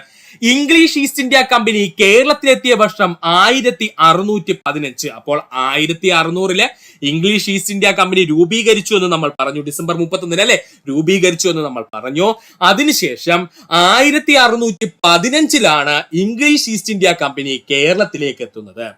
ബ്രിട്ടീഷുകാർ കേരളത്തിൽ ആദ്യമായി പണ്ടകശാലകൾ സ്ഥാപിച്ചത് വിഴിഞ്ഞത്തായിരുന്നു. അതായത് കുരുമുളകിന്റെയും മറ്റു സുഗന്ധവ്യഞ്ജനങ്ങളുടെയൊക്കെ സംഭരണാർത്ഥം ആരംഭിക്കുന്നതാണ് ഈ പണ്ടകശാലകൾ എന്ന് പറയുന്നത്. അങ്ങനെ ബ്രിട്ടീഷുകാർ കേരളത്തിൽ ആദ്യമായി പണ്ടകശാല സ്ഥാപിച്ചത് എവിടെയെന്ന് ചോദിച്ചാൽ അത് വിഴിഞ്ഞത്താണ്. കേരളത്തിൽ ആദ്യമായ ഒരു കോട്ട ബ്രിട്ടീഷുകാർ സ്ഥാപിക്കുന്നത് അഞ്ചുതെങ്ങിലാണ്. ഇതിനെ അഞ്ചുതെങ്ങ് കോട്ട എന്നറിയപ്പെടുന്നു. അഞ്ചുതെങ്ങ് കോട്ട സ്ഥാപിച്ച വർഷം 1695. ഇങ്ങനെ തന്നെ പഠിച്ചോളണേ. കേരളത്തിൽ ആദ്യമായിട്ട് ബ്രിട്ടീഷുകാർ നിർമ്മിച്ച കോട്ടയാണ് അഞ്ചുതെങ്ങ് കോട്ട. അഞ്ചുതെങ്ങ് കോട്ട സ്ഥിതി ചെയ്യുന്നത് തിരുവനന്തപുരം ജില്ലയിലെ ആറ്റിങ്ങൽ സമീപമുള്ള അഞ്ചുതെങ്ങ് എന്നുള്ള പ്രദേശത്താണ്. അതുപോലെ തന്നെ 1695 അഞ്ചുതെങ്ങ് കോട്ട ബ്രിട്ടീഷുകാർ സ്ഥാപിക്കുന്നത്. പഠിക്കുക. ഒന്നുകൂടി പറയാം. ഇംഗ്ലീഷ് ഈസ്റ്റ് ഇന്ത്യ കമ്പനി കേരളത്തിലെത്തിയ വർഷം 1615. ബ്രിട്ടീഷുകാർ കേരളത്തിലെ ആദ്യത്തെ പണ്ടകശാല സ്ഥാപിച്ചത് എവിടെയെന്ന് ചോദിച്ചാൽ വിഴിഞ്ഞത്താണ്. എന്താണ് പണ്ടകശാല എന്ന് പറഞ്ഞു കഴിഞ്ഞാൽ സുഗന്ധവ്യഞ്ജനങ്ങളും മറ്റും കൊണ്ടുവന്ന് സ്റ്റോർ ചെയ്യുന്നതിന് വേണ്ടിയിട്ടുള്ള ഒരു സ്ഥലം. അതിനെയാണ് പണ്ടകശാല എന്ന് പറയുന്നത്. ഇത് ആദ്യമായിട്ട് നിർമ്മിച്ചത് എവിടെയാണ്? വിഴിഞ്ഞത്താണ്. കേരളത്തിലെ ആദ്യമായ ഒരു കോട്ട ബ്രിട്ടീഷുകാർ എവിടെയാണ് നിർമ്മിച്ചതെന്ന് ചോദിച്ചാൽ അത് അഞ്ചുതെങ്ങിലാണ്. ഈ കോട്ട അഞ്ചുതെങ്ങ് കോട്ട എന്ന പേരിൽ അറിയപ്പെടുന്നു. അഞ്ചുതെങ്ങ് കോട്ട നിർമ്മിച്ച വർഷം 1695. പഠിക്കുക. ഇനിയാണ് നമുക്ക് പഠിക്കുവാനുള്ള പ്രധാനപ്പെട്ട പോയിന്റ്, അല്ലെങ്കിൽ PSC സ്റ്റേറ്റ്മെന്റ് ലെവൽ ചോദിക്കുന്ന ചോദ്യങ്ങളിലേക്കാണ് നമ്മൾ ഇനി കടക്കാൻ പോകുന്നത്. ബ്രിട്ടീഷുകാരും അവർ കേരളത്തിൽ ഉണ്ടാക്കിയ ചൂഷണവും നടത്തിയ ചൂഷണവുമാണ് നമ്മൾ പഠിക്കാൻ പോകുന്നത്. കേരളത്തിൽ കച്ചവട ആവശ്യങ്ങൾക്കെത്തിയ ബ്രിട്ടീഷുകാർ മലബാർ, കൊച്ചി, തിരുവിതാംകൂർ എന്നീ മേഖലകളിൽ അവരുടെ സ്വാധീനം വർദ്ധിപ്പിച്ചു. കേരളത്തിൽ കച്ചവട ആവശ്യങ്ങൾക്കെത്തിയ ബ്രിട്ടീഷുകാര് മലബാർ, കൊച്ചി, തിരുവിതാംകൂർ എന്നീ മേഖലകളിൽ അവരുടെ സ്വാധീനം വർദ്ധിപ്പിച്ചു. കൊച്ചി, തിരുവിതാംകൂർ എന്നീ നാട്ടുരാജ്യങ്ങളിലെ സമ്പദ് വ്യവസ്ഥയിലും നിയമവ്യവസ്ഥയിലും ബ്രിട്ടീഷുകാർ ഇടപെട്ടു. കൊച്ചി, തിരുവിതാംകൂർ എന്നീ നാട്ടുരാജ്യങ്ങളിലെ സമ്പദ് വ്യവസ്ഥയിലും നിയമവ്യവസ്ഥയിലും ബ്രിട്ടീഷുകാർ ഇടപെട്ടു. കേരളത്തിൽ ഉടനീളം വരുന്ന പ്രദേശങ്ങളിൽ നികുതി വർധനവ് കൊണ്ടുവരാൻ ബ്രിട്ടീഷുകാർക്ക് കഴിഞ്ഞു. കേരളത്തിലുടനീളം വരുന്ന പ്രദേശങ്ങളിലെ നികുതി വർധനവ് കൊണ്ടുവരാൻ ബ്രിട്ടീഷുകാർക്ക് കഴിഞ്ഞു. കേരളത്തിൽ മലബാറിലെ നികുതി സമ്പ്രദായത്തിലാണ് ബ്രിട്ടീഷുകാർ ആദ്യമായി മാറ്റം വരുത്തിയത്. കേരളത്തിലെ മലബാറിലെ നികുതി സമ്പ്രദായത്തിലാണ് ബ്രിട്ടീഷുകാർ ആദ്യമായിട്ട് മാറ്റം വരുത്തിയത്. പഠിച്ചോളേ. കേരളത്തിൽ ബ്രിട്ടീഷുകാർ ആദ്യമായിട്ട് ഏത് പ്രദേശത്തെ നികുതി സമ്പ്രദായത്തിലാണ് മാറ്റം വരുത്തിയെന്ന് ചോദിച്ചാൽ അത് മലബാറിലെയാണ്. ഭൂമിയുടെ പരമ്പരാഗത അവകാശികളായിരുന്ന നമ്പൂതിരിമാരെ ഭൂമിയുടെ പൂർണ്ണ ഉടമകളാക്കി മാറ്റി ബ്രിട്ടീഷുകാര്. ഭൂമിയുടെ പരമ്പരാഗത അവകാശികളായിരുന്ന നമ്പൂതിരിമാരെ ഭൂമിയുടെ പൂർണ്ണ ഉടമകളാക്കി മാറ്റി ബ്രിട്ടീഷുകാര്. ഒന്നുകൂടി പറയാം. കേരളത്തിൽ കച്ചവട ആവശ്യങ്ങൾക്കെത്തിയ ബ്രിട്ടീഷുകാർ മലബാർ, കൊച്ചി, തിരുവിതാംകൂർ എന്നീ മേഖലകളിൽ അവരുടെ സ്വാധീനം വർദ്ധിപ്പിച്ചു. കൊച്ചി, തിരുവിതാംകൂർ എന്നീ നാട്ടുരാജ്യങ്ങളിലെ സമ്പദ് വ്യവസ്ഥയിലും നിയമവ്യവസ്ഥയിലും ബ്രിട്ടീഷുകാർ നേരിട്ട് ഇടപെടുകയും ചെയ്തു. കേരളത്തിലുടനീളം വരുന്ന പ്രദേശങ്ങളുടെ നികുതി വർധനവ് കൊണ്ടുവരാൻ ബ്രിട്ടീഷുകാർക്ക് കഴിഞ്ഞു. കേരളത്തിലുടനീളം വരുന്ന പ്രദേശങ്ങൾ, അല്ലെങ്കിൽ ഈ പറഞ്ഞിരിക്കുന്ന മലബാർ, അല്ലെങ്കിൽ കൊച്ചി, തിരുവിതാംകൂർ എന്നീ മേഖലകളിലെ നികുതി വർധനവ് കൊണ്ടുവരാൻ ബ്രിട്ടീഷുകാർക്ക് കഴിഞ്ഞു. കേരളത്തിൽ മലബാറിലെ നികുതി സമ്പ്രദായത്തിലാണ് ബ്രിട്ടീഷുകാർക്ക് ആദ്യമായിട്ട് മാറ്റം വരുത്തിയത്. ഭൂമിയുടെ പരമ്പരാഗത കൈവശാവകാശികളായിരുന്ന നമ്പൂതിരിമാരെ ഭൂമിയുടെ പൂർണ്ണ ഉടമസ്ഥരാക്കി മാറ്റി, അല്ലെങ്കിൽ ഉടമകളാക്കി മാറ്റി ബ്രിട്ടീഷുകാര്. പഠിക്കുക. ഭൂപ്രഭുക്കന്മാർക്കും കുടിയാന്മാർക്കും ഇടയിൽ കാണക്കാർ, പഠിച്ചോളനെ, കാണക്കാർ എന്ന പുതിയൊരു മധ്യവർഗ കുടിയാൻ വർഗത്തെ കൊണ്ടുവന്നു ബ്രിട്ടീഷുകാരെ. പഠിച്ചോളനെ. ഭൂപ്രഭുക്കന്മാർക്കും കുടിയാന്മാർക്കും ഇടയിലായിട്ട് കാണക്കാർ എന്ന പേരിൽ പുതിയൊരു മധ്യവർഗ കുടിയാൻ വർഗത്തെ കൊണ്ടുവന്നു ബ്രിട്ടീഷുകാർ. പ്രഭുക്കന്മാരോടും കാണക്കാരെയും ഒന്നിച്ചു നിന്നുകൊണ്ട് ബ്രിട്ടീഷ് സഹായത്തോടെ കുടിയാന്മാരെ ചൂഷണം ചെയ്യുകയും ചെയ്തു. ഇതാണ് ഇമ്പോർട്ടന്റ് പോയിന്റ് കേട്ടോ. പഠിച്ചോളനെ. അപ്പോൾ ആദ്യത്തെ പോയിന്റ് എന്താ നമ്മൾ പറഞ്ഞത്? ഭൂപ്രഭുക്കന്മാർക്കും കുടിയാന്മാരും മാത്രമുണ്ടായിരുന്ന കേരളത്തിലെ ഇതിനിടയിലായിട്ട് കാണക്കാർ എന്ന പേരില് പുതിയൊരു മധ്യവർഗ കുടിയാൻ വർഗത്തെ കൂടി ആര് കൊണ്ടുവന്നു? ബ്രിട്ടീഷുകാർ കൊണ്ടുവന്നു. എന്നിട്ട് ഈ പ്രഭുക്കന്മാരും ഈ കാണക്കാരെന്ന് പറയുന്ന പുതിയ മധ്യവർഗ കുടിയാന്മാരും ഒന്നിച്ചു നിന്നുകൊണ്ട് ബ്രിട്ടീഷുകാരുടെ സഹായത്തോടെ പാവപ്പെട്ട കുടിയാന്മാരെ ചൂഷണം ചെയ്യുകയും ചെയ്തു. ബ്രിട്ടീഷുകാരുടെ നേരിട്ടുള്ള ഭരണത്തിലായിരുന്ന മലബാറിൽ നികുതി പിരിവ് എടുക്കുന്നതിൽ വളരെ വിശാലമായ ഒരു ഭരണ വ്യവസ്ഥ തന്നെ ബ്രിട്ടീഷുകാർ കൊണ്ടുവന്നു.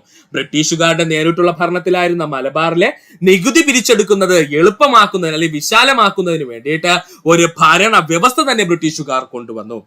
ക്രമേണ നികുതി പിരിക്കുവാനായി പ്രാദേശിക മുഖ്യന്മാരുടെ സ്ഥാനത്ത് കൊളോണിയ ഉദ്യോഗസ്ഥന്മാരെ നിയമിച്ചു ബ്രിട്ടീഷുകാർ. അതായത് പ്രാദേശിക മുഖ്യന്മാരായിരുന്നു അതുവരെ ആ ഒരു പ്രദേശത്തിലെ നികുതി പിരിച്ചുകൊണ്ടിരുന്നത്. അതിന് പകരം കൊളോണിയൽ ഉദ്യോഗസ്ഥന്മാർ, അതായത് ബ്രിട്ടീഷുകാരുടെ ഉദ്യോഗസ്ഥന്മാരെ നികുതി പിരിക്കുന്നതിന് വേണ്ടിയിട്ട് അവർ എന്ത് ചെയ്തു, നിയമിക്കുകയും ചെയ്തു. അപ്പോൾ ക്രമേണ നികുതി പിരിക്കുവാനായിട്ട് പ്രാദേശിക മുഖ്യന്മാർക്ക് സ്ഥാനത്ത് കൊളോണിയ ഉദ്യോഗസ്ഥന്മാരെ നിയമിച്ചു ബ്രിട്ടീഷുകാര്.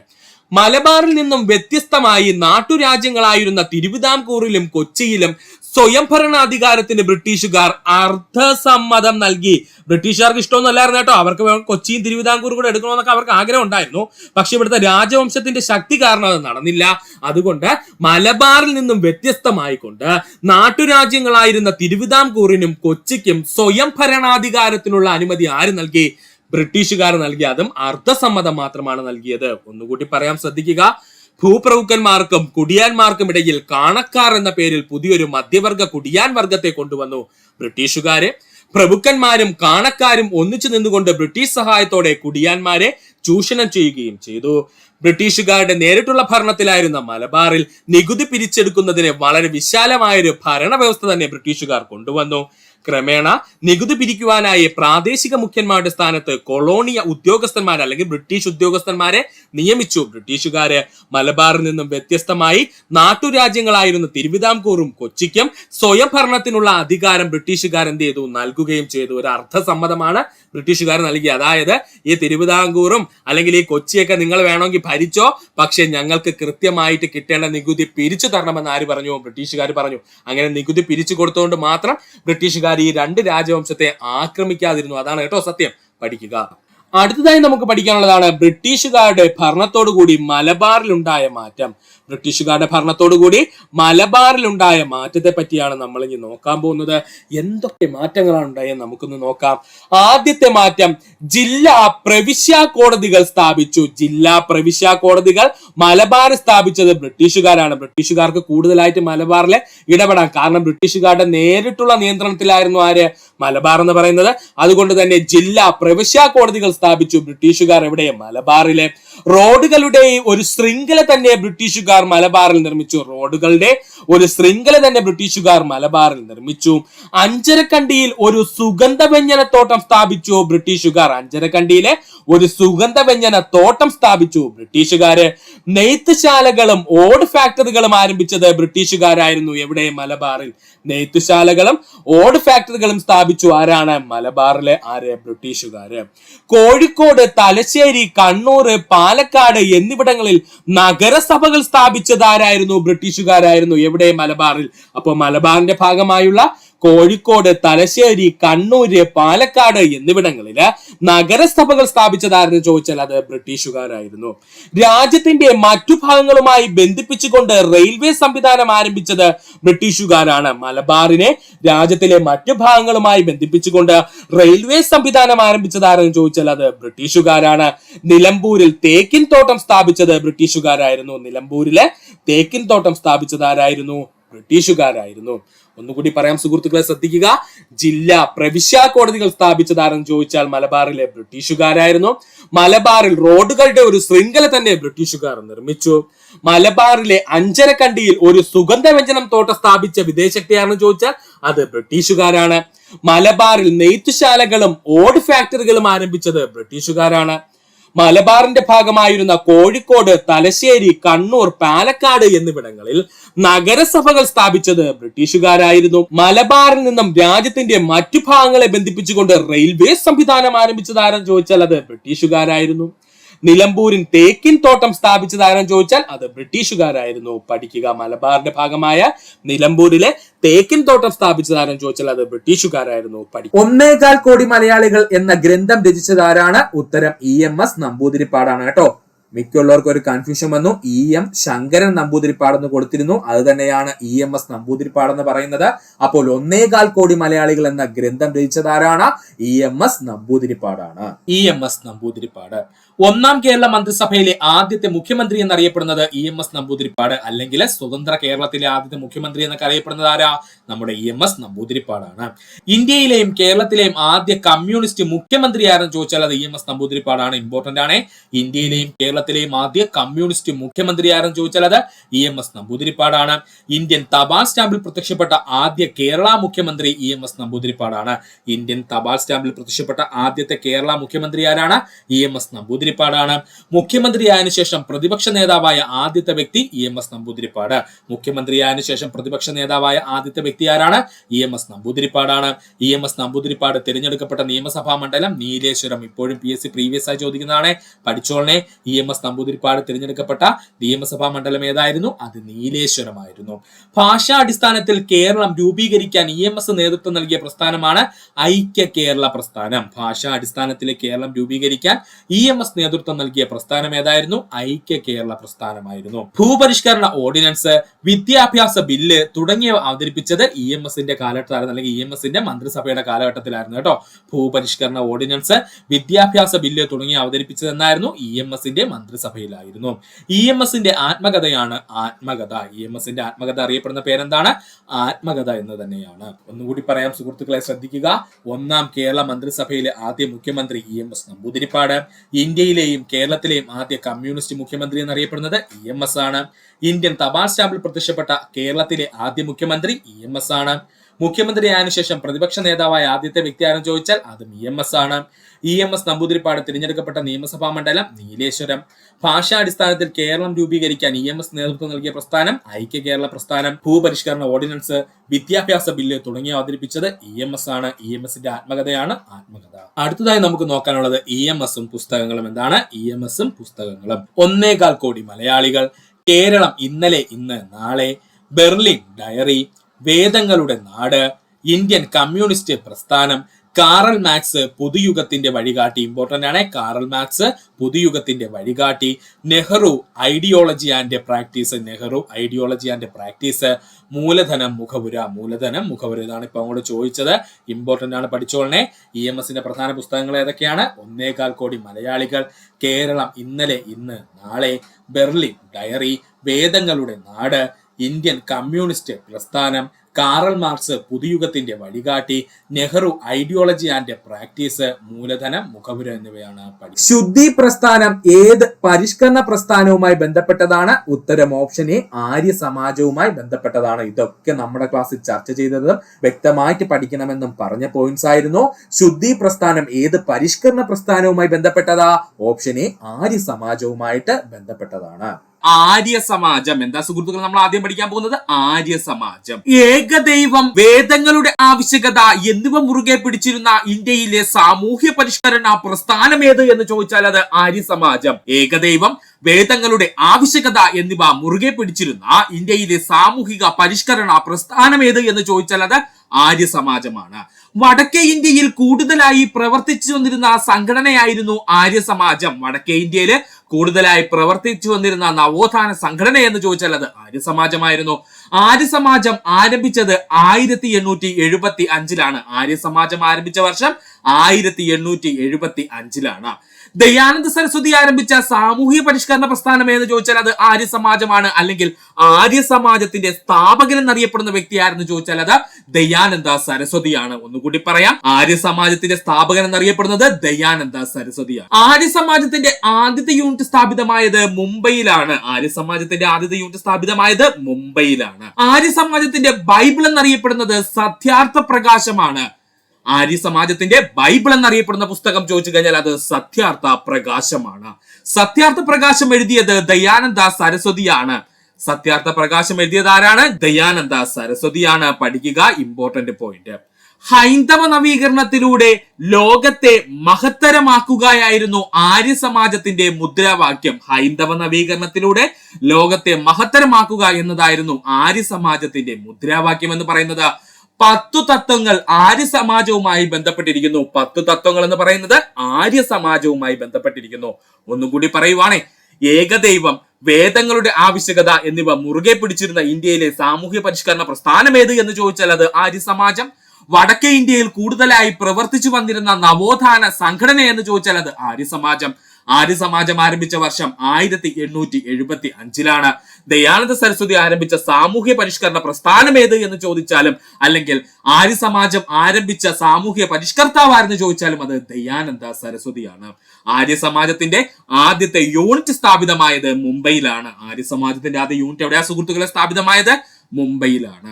ആര്യ സമാജത്തിന്റെ ബൈബിൾ എന്നറിയപ്പെടുന്ന പുസ്തകം സത്യാർത്ഥ പ്രകാശം. ആര്യ സമാജത്തിന്റെ ബൈബിൾ എന്നറിയപ്പെടുന്ന പുസ്തകം സത്യാർത്ഥ പ്രകാശമാണ്.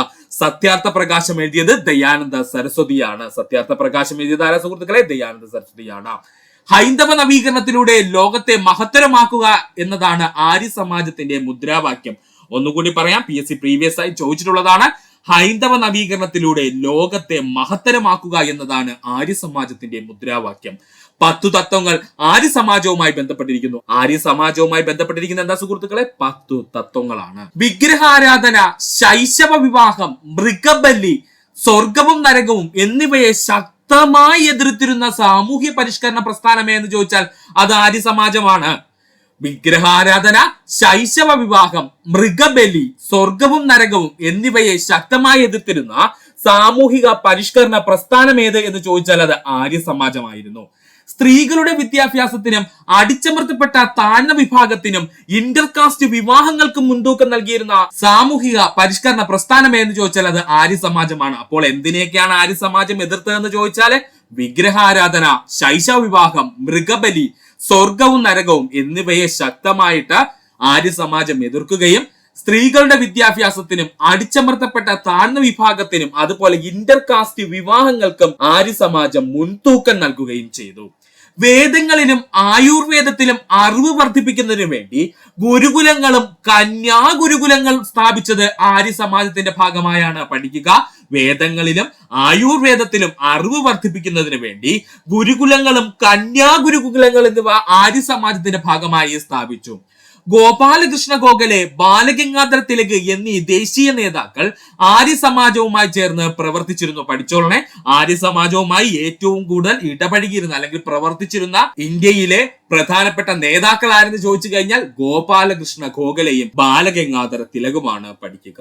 അടുത്തതായി നമുക്ക് പഠിക്കാനുള്ളതാണ് അലിഘട്ട് പ്രസ്ഥാനം. അലിഘട്ട് പ്രസ്ഥാനം ആരംഭിച്ച വർഷം 1875 അലിഘട്ട് പ്രസ്ഥാനം ആരംഭിച്ച വർഷം 1875 അലിഘട്ട് പ്രസ്ഥാനം ആരംഭിച്ച വ്യക്തി ആരെന്ന് ചോദിച്ചാൽ അത് സർ സയ്യദ് അഹമ്മദ് ഖാൻ ആണ്. പഠിച്ചോളുക, അലിഘട്ട് പ്രസ്ഥാനത്തിന്റെ സ്ഥാപകൻ ആരാണ്? സർ സയ്യദ് അഹമ്മദ് ഖാൻ ആണ്. അലിഘട്ട് കോളേജ് ആരംഭിച്ച വർഷം ചോദിച്ചാൽ 1877 ഉത്തർപ്രദേശ്. പഠിക്കുക, അലിഘട്ട് പ്രസ്ഥാനം ആരംഭിച്ച വർഷം ചോദിച്ചാൽ 1875 അലിഘട്ട് കോളേജ് ആരംഭിച്ച വർഷം ചോദിച്ചു കഴിഞ്ഞാൽ അത് 1877. ഇപ്പോഴത്തെ ഏത് സംസ്ഥാനത്തെ സുഹൃത്തുക്കളെ? അത് ഉത്തർപ്രദേശിലാണ്. മുഹമ്മദിയൻ ആംഗ്ലോ ഓറിയന്റൽ കോളേജ് അലിഘട്ട് മുസ്ലിം സർവകലാശാലയായി മാറിയത് 1920 ഇമ്പോർട്ടന്റ് പോയിന്റാ പറഞ്ഞത്. മുഹമ്മദ് ആംഗ്ലോ ഓറിയന്റൽ കോളേജ് അലിഘട്ട് മുസ്ലിം സർവകലാശാലയായി മാറിയ വർഷം 1920 ഇന്ത്യയിലെ മുസ്ലിങ്ങളുടെ സാമൂഹ്യ വിദ്യാഭ്യാസപരമായ പുരോഗതിക്കായി പ്രവർത്തിച്ചിരുന്ന സംഘടന ഏത് എന്ന് ചോദിച്ചാൽ, അല്ലെങ്കിൽ നവോത്ഥാന പ്രസ്ഥാനം എന്ന് ചോദിച്ചു കഴിഞ്ഞാൽ അത് അലിഘട്ട് പ്രസ്ഥാനമാണ്. പഠിക്കുക, ഇന്ത്യയിലെ മുസ്ലിങ്ങളുടെ സാമൂഹിക വിദ്യാഭ്യാസപരമായ പുരോഗതിക്ക് പ്രവർത്തിച്ചിരുന്ന പ്രസ്ഥാനം അല്ലെങ്കിൽ നവോത്ഥാന പ്രസ്ഥാനം എന്ന് ചോദിച്ചു കഴിഞ്ഞാൽ അത് അലിഘട്ട് പ്രസ്ഥാനമാണ്. ഹിന്ദു മുസ്ലിം ഐക്യം, മുസ്ലിം വിഭാഗത്തിലെ ആളുകളുടെ ഇംഗ്ലീഷ് വിദ്യാഭ്യാസം, ഇന്ത്യൻ ദേശീയത, മുസ്ലിം സ്ത്രീ വിമോചനം എന്നിവയെല്ലാം അലിഘട്ട് പ്രസ്ഥാനത്തിന്റെ ലക്ഷ്യങ്ങളായിരുന്നു. പഠിക്കണേ, ഇമ്പോർട്ടന്റ് ആണ്. ഹിന്ദു മുസ്ലിം ഐക്യം, മുസ്ലിം വിഭാഗത്തിലെ ആളുകളുടെ ഇംഗ്ലീഷ് വിദ്യാഭ്യാസം, ഇന്ത്യൻ ദേശീയത, മുസ്ലിം സ്ത്രീ വിമോചനം എന്നിവയെല്ലാം അലിഘട്ട് പ്രസ്ഥാനത്തിന്റെ മുഖ്യ ലക്ഷ്യങ്ങളായിരുന്നു. അലിഘട്ട് പ്രസ്ഥാനത്തിന്റെ മുഖ്യ പ്രവർത്തകരാരെന്ന് ചോദിച്ചാൽ അത് ചിരാഗ് അലിയും നാസിർ അഹമ്മദുമാണ്. പഠിക്കുക, അലിഘട്ട് പ്രസ്ഥാനത്തിന്റെ മുഖ്യ പ്രവർത്തകരാരൊക്കെയാണ്? ചിരാഗ് അലിയും അതുപോലെ നാസിർ അഹമ്മദുമാണ്. ബ്രഹ്മസമാജം ആരംഭിച്ച വർഷം 1828. ബ്രഹ്മസമാജം ആരംഭിച്ച വർഷം എത്ര സുഹൃത്തുക്കളെ? 1828. പഠിക്കാൻ എളുപ്പമുള്ള ഒരു വർഷമാണ്. 1828. ബ്രഹ്മസമാജം ആരംഭിച്ച വർഷം ചോദിച്ചു കഴിഞ്ഞാൽ 1828. പരിപാടി കഴിഞ്ഞു. ബ്രഹ്മസമാജ സ്ഥാപകൻ രാജാറാം മോഹൻ റോയ് ആണ്. പ്രീവിയസ് ആയി ഒരുപാട് തവണ ചോദിച്ച ചോദ്യം. ബ്രഹ്മസമാജത്തിന്റെ സ്ഥാപകനാരെന്ന് ചോദിച്ചാൽ രാജാറാം മോഹൻ റോയ് ആണ്. ബ്രഹ്മസഭ എന്ന പേരിൽ ആദ്യകാലങ്ങളിൽ അറിയപ്പെട്ടിരുന്ന നവോത്ഥാന പ്രസ്ഥാനം ബ്രഹ്മസമാജമാണ്. ബ്രഹ്മസഭ എന്ന പേരില് ആദ്യകാലങ്ങളിൽ അറിയപ്പെട്ടിരുന്ന നവോത്ഥാന പ്രസ്ഥാനം ഏത് എന്ന് ചോദിച്ചാൽ അത് ബ്രഹ്മസമാജമാണ്. ബ്രഹ്മസഭയ്ക്ക് ബ്രഹ്മസമാജം എന്ന പുനർനാമകരണം ചെയ്തത് 1830 ബ്രഹ്മസഭയ്ക്ക് ബ്രഹ്മസമാജം എന്ന് പുനർനാമകരണം ചെയ്തതെന്ന് ചോദിച്ചാൽ അത് 1830 ബ്രഹ്മസമാജം രണ്ടായി പിളർന്നത് 1866 ബ്രഹ്മസമാജം രണ്ടായി പിളർന്നത് 1866 അതിനെ ആദി ബ്രഹ്മസമാജം എന്നും ഭാരതീയ ബ്രഹ്മസമാജം എന്നും അറിയപ്പെടുന്നു. രണ്ട് പ്രധാന ഭാഗങ്ങളായിട്ട് പിരിഞ്ഞു. ആദി ബ്രഹ്മസമാജം എന്നും ഭാരതീയ ബ്രഹ്മസമാജം എന്നും. ബ്രഹ്മസമാജം സ്ഥാപിച്ചത് രാജാറാം മോഹൻ റോയ് ആണ്. ബ്രഹ്മസമാജം സ്ഥാപിച്ചത് രാജാറാം മോഹൻ റോയ് ആണ്. ആര്യ സമാജമാണ് സ്ഥാപിക്കുന്നെങ്കിൽ അത് ദയാനന്ദ സരസ്വതിയാണ്. ആര്യ സമാജം സ്ഥാപിച്ചത് ദയാനന്ദ സരസ്വതിയാണ്. പ്രാർത്ഥനാ സമാജം സ്ഥാപിച്ചത് ആത്മറാം പാണ്ഡുരംഗാണ്. പ്രാർത്ഥനാ സമാജം സ്ഥാപിച്ചത് ആത്മറാം പാണ്ഡുരംഗാണ്. അലിഗഡ് പ്രസ്ഥാനം സ്ഥാപിച്ചത് സർ സയ്യദ് അഹമ്മദ് ഖാൻ ആണ്. അലിഗഡ് പ്രസ്ഥാനം സ്ഥാപിച്ചത് സർ സയ്യദ് അഹമ്മദ് ഖാനാണ്. രാമകൃഷ്ണ മിഷൻ സ്ഥാപിച്ചത് സ്വാമി വിവേകാനന്ദനാണ്. രാമകൃഷ്ണ മിഷൻ സ്ഥാപിച്ചത് ആരാണ്? സ്വാമി വിവേകാനന്ദനാണ്. തിയോസഫിക്കൽ സൊസൈറ്റി സ്ഥാപിച്ചത് ആനി ബെസന്റ് ആണ്. തിയോസഫിക്കൽ സൊസൈറ്റി സ്ഥാപിച്ചത് ആരാണ്? ആനി ബെസന്റ് ആണ്. നമ്മൾ ഓൾറെഡി പറഞ്ഞു കഴിഞ്ഞു. ഇന്ത്യൻ തിയോസഫിക്കൽ സൊസൈറ്റിയാണ് ആരംഭിച്ചത് ആര്? Annie Besant. ഹിതകാരിണി സമാജം ആരംഭിച്ചത് വീരേശലിംഗം പന്തുലു. ഹിതകാരിണി സമാജം ആരംഭിച്ചത് വീരേശലിംഗം പന്തുലു ആണ്. സത്യശോധക് സമാജം ആരംഭിച്ചത് ജ്യോതിറാവു ഫുലെയാണ്. സത്യശോധക് സമാജം ആരംഭിച്ചത് ജ്യോതിറാവു ഫുലെയാണ്. സ്വാഭിമാന പ്രസ്ഥാനം ആരംഭിച്ചത് EV രാമസ്വാമി നായ്ക്കരാണ്. 1925 ജൂണിൽ അഴീക്കൽ തീരത്തിന് 44 നോട്ടിക്കൽ മൈൽ അകലെ വെച്ച് കത്തിയമർന്ന കപ്പൽ കൊളംബിയയിൽ നിന്ന് മുംബൈയിലെ ഏത് തുറമുഖത്തേക്കാണ് യാത്ര തിരിച്ചത്? ശരിയായ ഉത്തരം ഓപ്ഷൻ ഡി, നവശേവയിലേക്കായിരുന്നു. 1925 ജൂണിൽ അഴീക്കൽ തീരത്ത് നിന്നും 44 നോട്ടിക്കൽ മൈൽ അകലെ വെച്ച് കത്തിയമർന്ന കപ്പൽ കൊളംബോയിൽ നിന്നും മുംബൈയിലെ ഏത് തുറമുഖത്തേക്കാണ് യാത്ര തിരിച്ചതെന്ന് ചോദിച്ചാൽ അത് നവശേവ തുറമുഖത്തേക്കായിരുന്നു. ഇനി PSC ചോദിക്കാൻ സാധ്യതയുള്ളത് 2025 കേരളത്തിൽ നടന്ന പ്രധാന കപ്പൽ ദുരന്തങ്ങളായിരിക്കും. അതുകൊണ്ട് അത് നമ്മൾ അങ്ങ് പഠിച്ചു വെക്കണം. ഉറപ്പായിട്ടും ഇവിടെ നിന്ന് ഒരു ക്വസ്റ്റ്യൻ ചോദിക്കാൻ സാധ്യതയുണ്ട്. 2025 കേരളത്തിൽ നടന്ന പ്രധാന കപ്പൽ ദുരന്തങ്ങൾ. ആദ്യത്തേതാണ് MSC എൽസാ 3 കപ്പൽ ദുരന്തം. MSC എൽസാ 3 കപ്പൽ ദുരന്തം. MSC എൽസാ 3 കപ്പൽ ദുരന്തം നടന്നത് 2025 മെയ് 25. MSC എൽസാ 3 കപ്പൽ ദുരന്തം നടന്നത് 2025 മെയ് 25 മെയ് 25 ലൈബീരിയൻ പതാകയുള്ള MSC എൽസാ 3 എന്ന ചരക്ക് കപ്പൽ കൊച്ചി തീരത്ത് നിന്നും ഏകദേശം 38 നോട്ടിക്കൽ മൈൽ അഥവാ 70 കിലോമീറ്റർ തെക്കു പടിഞ്ഞാറായി അറബിക്കടലിൽ മുങ്ങി. ഓർക്കണേ, മെയ് 25 ലൈബീരിയൻ പതാകയുള്ള MSC എൽസാ 3 എന്ന് പറയുന്ന ചരക്ക് കപ്പല് കൊച്ചി തീരത്ത് നിന്നും ഏകദേശം 38 നോട്ടിക്കൽ മൈൽ അല്ലെങ്കിൽ നമുക്ക് പറയാം 70 കിലോമീറ്റർ അകലെയായിട്ട് തെക്കു പടിഞ്ഞാറ് ദിശയിൽ വെച്ച് അറബിക്കടലിൽ മുങ്ങി. കപ്പലിന്റെ ഒരറയിൽ വെള്ളം കയറിയതാണ് മുങ്ങാനുള്ള പ്രധാന കാരണം. കപ്പലിന്റെ ഒരറയിൽ വെള്ളം കയറിയതാണ് മുങ്ങാനുള്ള പ്രധാന കാരണമായിട്ട് പറയുന്നത്. കപ്പലിൽ ഏകദേശം 640 കണ്ടെയ്നറുകൾ ഉണ്ടായിരുന്നു. ഇതങ്ങ് പഠിച്ചു വെച്ചോളണേ. നമ്മുടെ എൽസാ 3 എന്ന് പറയുന്ന കപ്പലിനകത്ത് ഏകദേശം 640 കണ്ടെയ്നറുകൾ ഉണ്ടായിരുന്നു. എപ്പോഴും അപകടം നടക്കുന്ന സമയത്ത് 13 കണ്ടെയ്നറുകളിൽ കാൽസ്യം കാർബൈഡ്, സൾഫർ തുടങ്ങിയ അപകടകരമായ രാസവസ്തുക്കളായിരുന്നു അടങ്ങിയിരുന്നത്. കപ്പലിൽ ഏകദേശം 84.44 ടൺ ഡീസലും 367.1 ടൺ ഫർണസ് ഓയിലും ഉണ്ടായിരുന്നു. നമ്മുടെ ഈ എൽസാ 3 എന്ന് പറയുന്ന കപ്പലിനകത്ത് ഏകദേശം 84.4 ടൺ ഡീസലും അതുപോലെ തന്നെ 367.1 ടൺ ഫർണസ് ഓയിലും ഉണ്ടായിരുന്നു. അപകടത്തെ തുടർന്ന് 100-ലധികം കണ്ടെയ്നറുകൾ കടലിൽ വീഴുകയും 20ഓളം കണ്ടെയ്നറുകൾ തീരത്തേക്ക് ഒഴുകിയെത്തുകയും ചെയ്തു. അപകടത്തിനെ തുടർന്ന് ഏകദേശം 100-ലധികം കണ്ടെയ്നറുകൾ കടലിലേക്ക് വീഴുകയും 20ഓളം കണ്ടെയ്നറുകൾ തീരത്ത് ഒഴുകിയെത്തുകയും ചെയ്തു. കാൽസ്യം കാർബൈഡ് വെള്ളവുമായി കലരുമ്പോൾ അസറ്റിലീൻ വാതകം പുറത്തുവിടുന്നു. ഇത് വലിയ അപകട സാധ്യത സൃഷ്ടിക്കുന്നു.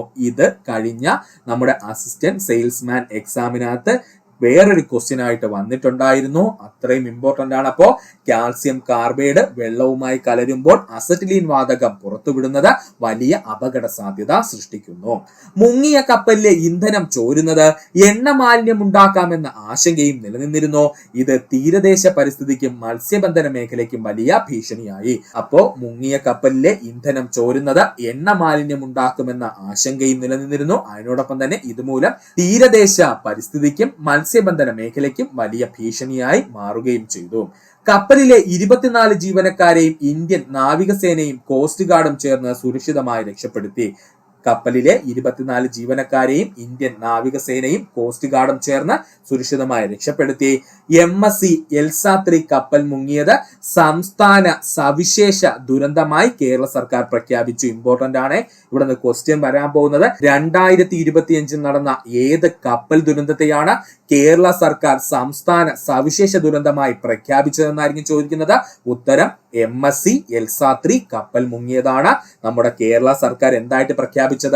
സംസ്ഥാന സവിശേഷ ദുരന്തമായിട്ട് പ്രഖ്യാപിച്ചത്. രണ്ടാമത്തെ കപ്പൽ ദുരന്തമാണ് വാൻഹായ് 503 കപ്പലിലെ തീപിടുത്തം. ഓർക്കണം, വാൻഹായ് 503 കപ്പലിലെ തീപിടുത്തം. വാൻഹായ് 503 കപ്പലിലെ തീപിടുത്തം നടന്നത് ജൂൺ 9, 2025 വാൻഹായ് 503 കപ്പൽ തീപിടുത്തം നടന്നത് എന്നാ? ജൂൺ 9, 2025 സിംഗപ്പൂർ പതാകയുള്ള വാൻഹായ് 503 എന്ന ചരക്ക് കപ്പലിൽ ഒരു സ്ഫോടനത്തെ തുടർന്ന് വലിയ തീപിടുത്തമുണ്ടായി. അഴീക്കലിൽ നിന്നും ഏകദേശം 44 നോട്ടിക്കൽ മൈൽ അഥവാ ഏകദേശം 81 കിലോമീറ്റർ ദൂരെയായിരുന്നു ഈ അപകടം ഉണ്ടായത്. അതായത് ഇതും തെക്കു പടിഞ്ഞാറ് ദിശയിൽ തന്നെയാണ് അപകടം സംഭവിച്ചത്. ഓർത്തോളണേ, സിംഗപ്പൂർ പതാകയുള്ള വാൻഹായ് 503 എന്ന ചരക്ക് കപ്പലിൽ ഒരു സ്ഫോടനത്തെ തുടർന്ന് വലിയ തീപിടുത്തമുണ്ടായി. അഴീക്കലിൽ നിന്നും ഏകദേശം 44 നോട്ടിക്കൽ മൈൽ അതായത് ഏകദേശം 81 കിലോമീറ്ററോളം ദൂരെ വെച്ചാണ് ഈ തീപിടുത്തം ഉണ്ടാകുന്നത്. ഇതെന്ന് പറയുന്നത് ഏകദേശം നമ്മുടെ തെക്കു പടിഞ്ഞാറ് ഡയറക്ഷനിലായിരുന്നു സംഭവിച്ചത്. കൊളംബിയയിൽ നിന്നും നവശേവയിലേക്ക് പോവുകയായിരുന്ന ഈ കപ്പലിൽ 2128 മെട്രിക് ടൺ ഇന്ധനം ഉണ്ടായിരുന്നു. ഇമ്പോർട്ടന്റ് ആണ്. ഇതിന്റെ യാത്രാപഥമാണ് നമുക്ക് പഠിക്കുവാനുള്ളത്. അപ്പോ വാൻഹായ് 503 എന്ന് പറയുന്ന കപ്പല് കൊളംബോയിൽ നിന്നും എങ്ങോട്ടാ പോയത്? നമ്മുടെ മുംബൈയിലെ നവശേബ തുറമുഖത്തേക്കാണ് പോയത്. ഈ കപ്പലില് 2128 മെട്രിക് ടൺ ഇന്ധനം ഉണ്ടായിരുന്നെന്ന് കണക്കാക്കപ്പെടുന്നു. ഏകദേശം 50 കണ്ടെയ്നറുകൾക്കുള്ളിൽ എഥനോൾ, പെയിന്റ്, ടർപ്പന്റൈൻ, പ്രിന്റിംഗ് മഷി, എഥൈൽ, മീഥൈൻ, കെറ്റോൺ പോലുള്ള തീവ്ര ജ്വലനശേഷിയുള്ള ദ്രാവകങ്ങൾ ഉണ്ടായിരുന്നു. അപ്പോൾ നമ്മുടെ ഈ വാൻഹായ് 503 കപ്പലില് ഏകദേശം 50 കണ്ടെയ്നറുകളിലായിട്ട് എഥനോള്, പെയിന്റ്, ടർപ്പന്റൈൻ, പ്രിന്റിംഗ് മഷി, എഥൈൽ, മീഥൈൽ, കെറ്റോൺ പോലുള്ള തീവ്ര ജ്വലനശേഷിയുള്ള ദ്രാവകങ്ങൾ ഉണ്ടായിരുന്നു. പരിസ്ഥിതിക്ക് ഹാനികരമായ പദാർത്ഥങ്ങളായ ബെൻസോഫെനോൾ, ട്രൈക്ലോറോ ബെൻസീൻ, ലിഥിയം ബാറ്ററികൾ എന്നിവയും ഇതിലുള്ളതായിട്ട് പറയപ്പെടുന്നു. ഓർത്തോണെ, പരിസ്ഥിതിക്ക് ഹാനികരമായിട്ടുള്ള പദാർത്ഥങ്ങളായ ബെൻസോഫിനോള്, ട്രൈക്ലോറോ ബെൻസീന്, ലിഥിയം ബാറ്ററികൾ എന്നിവയും ഈ വാൻഹായ് 503 കപ്പലില് ഉണ്ടായിരുന്നതായിട്ട് പറയപ്പെടുന്നു. താഴെ പറയുന്നവയിൽ ശരിയായ പ്രസ്താവന ഏതാണ്? കാറ്റിലൂടെ തിരശ്ചീന തലത്തിൽ താപം വ്യാപിക്കുന്ന പ്രക്രിയയാണ് അഭിവഹനം എന്നറിയപ്പെടുന്നത്. അതാണ് ഇവിടെ ശരിയായിട്ടുള്ളത്.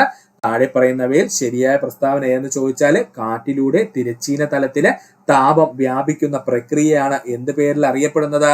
അഭിവഹനം എന്ന പേരിൽ അറിയപ്പെടുന്നത്.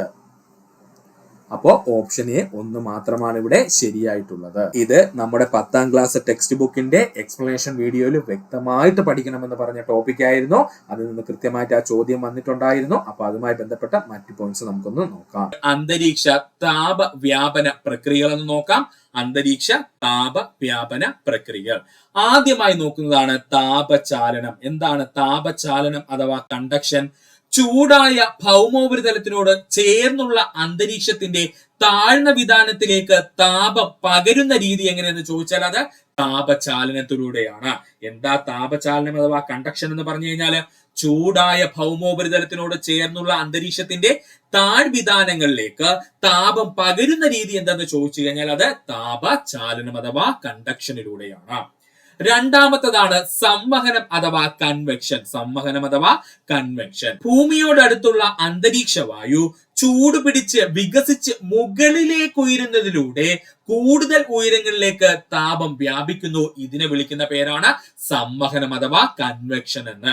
അപ്പോ ഭൂമിയോട് അടുത്തുള്ള അന്തരീക്ഷ വായു ചൂട് പിടിച്ചാൽ ഉടനെ എന്ത് ചെയ്യും? വായുവിന് ഭാരം കുറയും, വായു മുകളിലേക്ക് എന്ത് ചെയ്യും? ഉയരുന്നു. ഇതോടെ കൂടുതൽ ഉയരങ്ങളിലേക്ക് താപം എന്ത് ചെയ്യും? വ്യാപിക്കും. ഇതിനെ പറയുന്ന പേരാണ് സംവഹനം അഥവാ കൺവെക്ഷൻ എന്ന്. മൂന്നാമത്തതാണ് അഭിവഹനം. എന്താണ് അഭിവഹനം? കാറ്റിലൂടെ തിരശ്ചീന തലത്തിൽ താപം വ്യാപിക്കുവാണെങ്കിൽ അതിനെ നമുക്ക് അഭിവഹനം അഥവാ അഡ്വെക്ഷൻ എന്ന് പറയാം. ഓർക്കുക, അഭിവഹനം എന്ന് പറഞ്ഞാൽ എന്താണ്? കാറ്റിലൂടെ തിരശ്ചീന തലത്തിൽ താപം വ്യാപിക്കുകയാണെങ്കിൽ നമുക്ക് പറയാം അഭിവഹനത്തിലൂടെയാണ് താപം സഞ്ചരിച്ചതെന്ന്. അടുത്തതാണ് വികിരണം അഥവാ റേഡിയേഷൻ.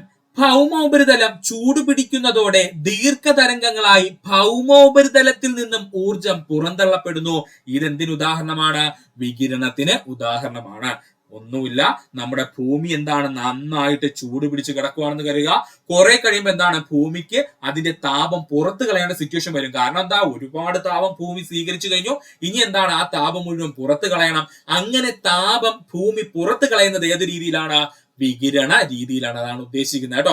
അപ്പൊ എന്താണ് വികിരണം അഥവാ റേഡിയേഷൻ എന്ന് പറഞ്ഞു കഴിഞ്ഞാൽ ഭൗമോപരിതലം ചൂട് പിടിക്കുന്നതോടെ ദീർഘതരംഗങ്ങളായി ഭൗമോപരിതലത്തിൽ നിന്നും ഊർജം എങ്ങോട്ട് പുറന്തള്ളും? തിരിച്ച് സ്പേസിലോട്ട് അങ്ങ് പുറന്തള്ളും. ഇത് ഏത് രീതിയിലാ? വികിരണ രീതിയിൽ എന്നാണ് ഇവിടെ പറഞ്ഞിരിക്കുന്നത്. ഭൗമോപരിതലത്തിൽ നിന്നും ദീർഘതരംഗങ്ങളായി ഊർജം പുനഃവികിരണം ചെയ്യപ്പെടുന്ന പ്രക്രിയ അറിയപ്പെടുന്നതാണ് ഭൗമ വികിരണം എന്ന്. ഇമ്പോർട്ടന്റ് ആണ്, പ്രീവിയസ് ആണ്, ഓർക്കുക. ഭൗമോപരിതലത്തിൽ നിന്നും ദീർഘതരംഗങ്ങളായി ഊർജം പുനഃവികിരണം ചെയ്യപ്പെടുന്ന പ്രക്രിയ അറിയപ്പെടുന്ന പേരാണ് ഭൗമ വികിരണം എന്ന്. ഭൗമ വികിരണത്തെ അന്തരീക്ഷത്തിലെ കാർബൺ ഡൈ ഓക്സൈഡ് പോലുള്ള ഹരിതഗ്രഹ വാതകങ്ങൾ ആഗിരണം ചെയ്യുകയും അന്തരീക്ഷം ചൂട് പിടിപ്പിക്കുകയും കാരണമാകുന്നു. ഈ പ്രതിഭാസം അറിയപ്പെടുന്ന പേരാണ് ഹരിതഗ്രഹ പ്രഭാവം എന്ന്. ഓർക്കണേ, ഭൗമ വികിരണത്തെ അന്തരീക്ഷത്തിലെ കാർബൺ ഡൈ ഓക്സൈഡ് പോലുള്ള ഹരിതഗ്രഹ വാതകങ്ങൾ ആഗിരണം ചെയ്യുന്നത് അന്തരീക്ഷം ചൂട് പിടിക്കുന്നതിന് കാരണമാകുന്നു. ഈ പ്രതിഭാസം അറിയപ്പെടുന്ന പേരെന്താ?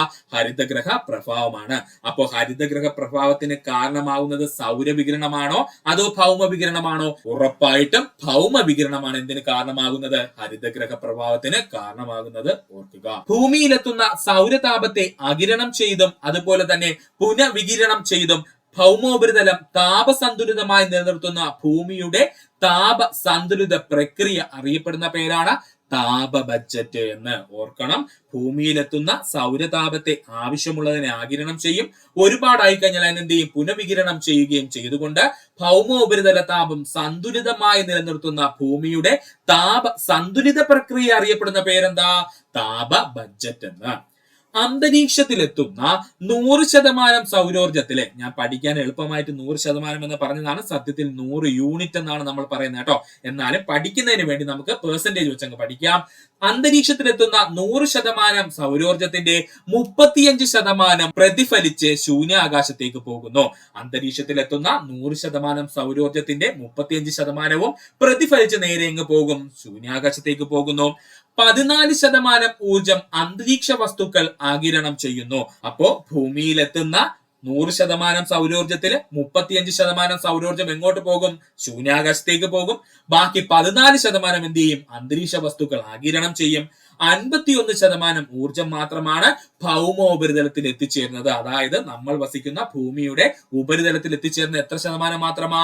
51% മാത്രമാണ്.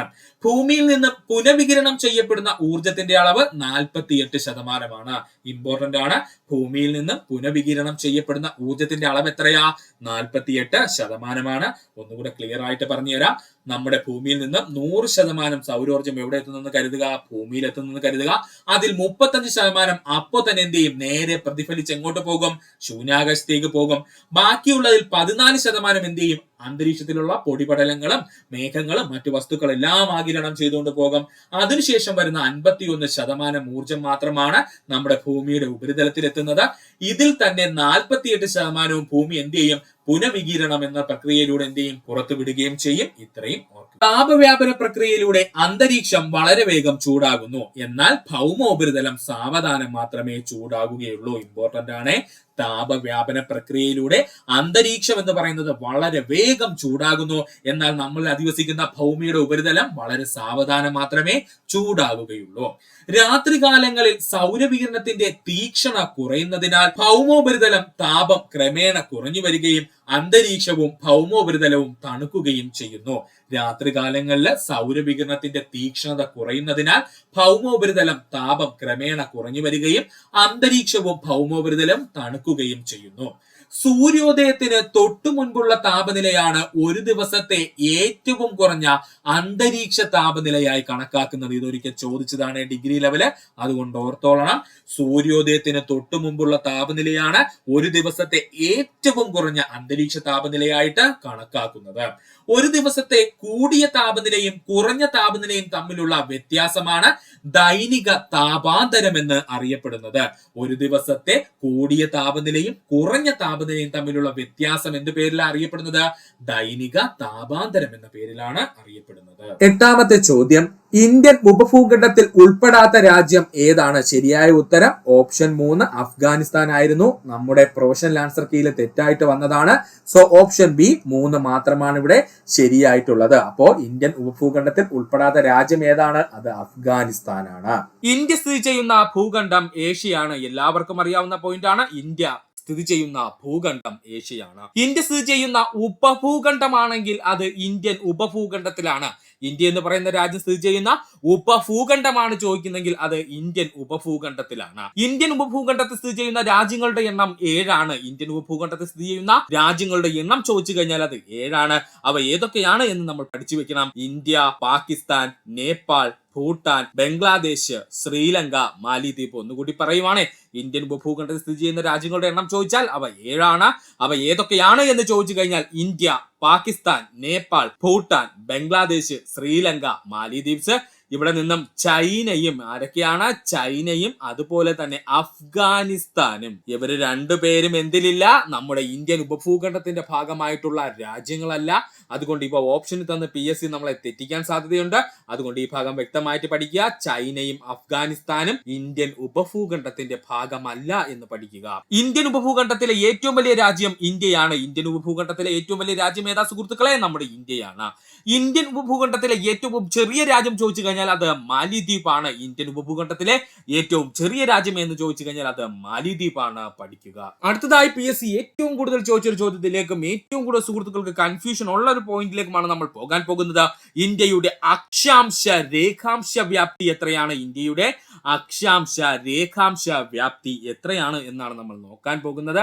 ഇവിടെ നിന്ന് സുഹൃത്തുക്കൾ പഠിക്കേണ്ട ഒരു പോയിന്റ് പറഞ്ഞു തരാം.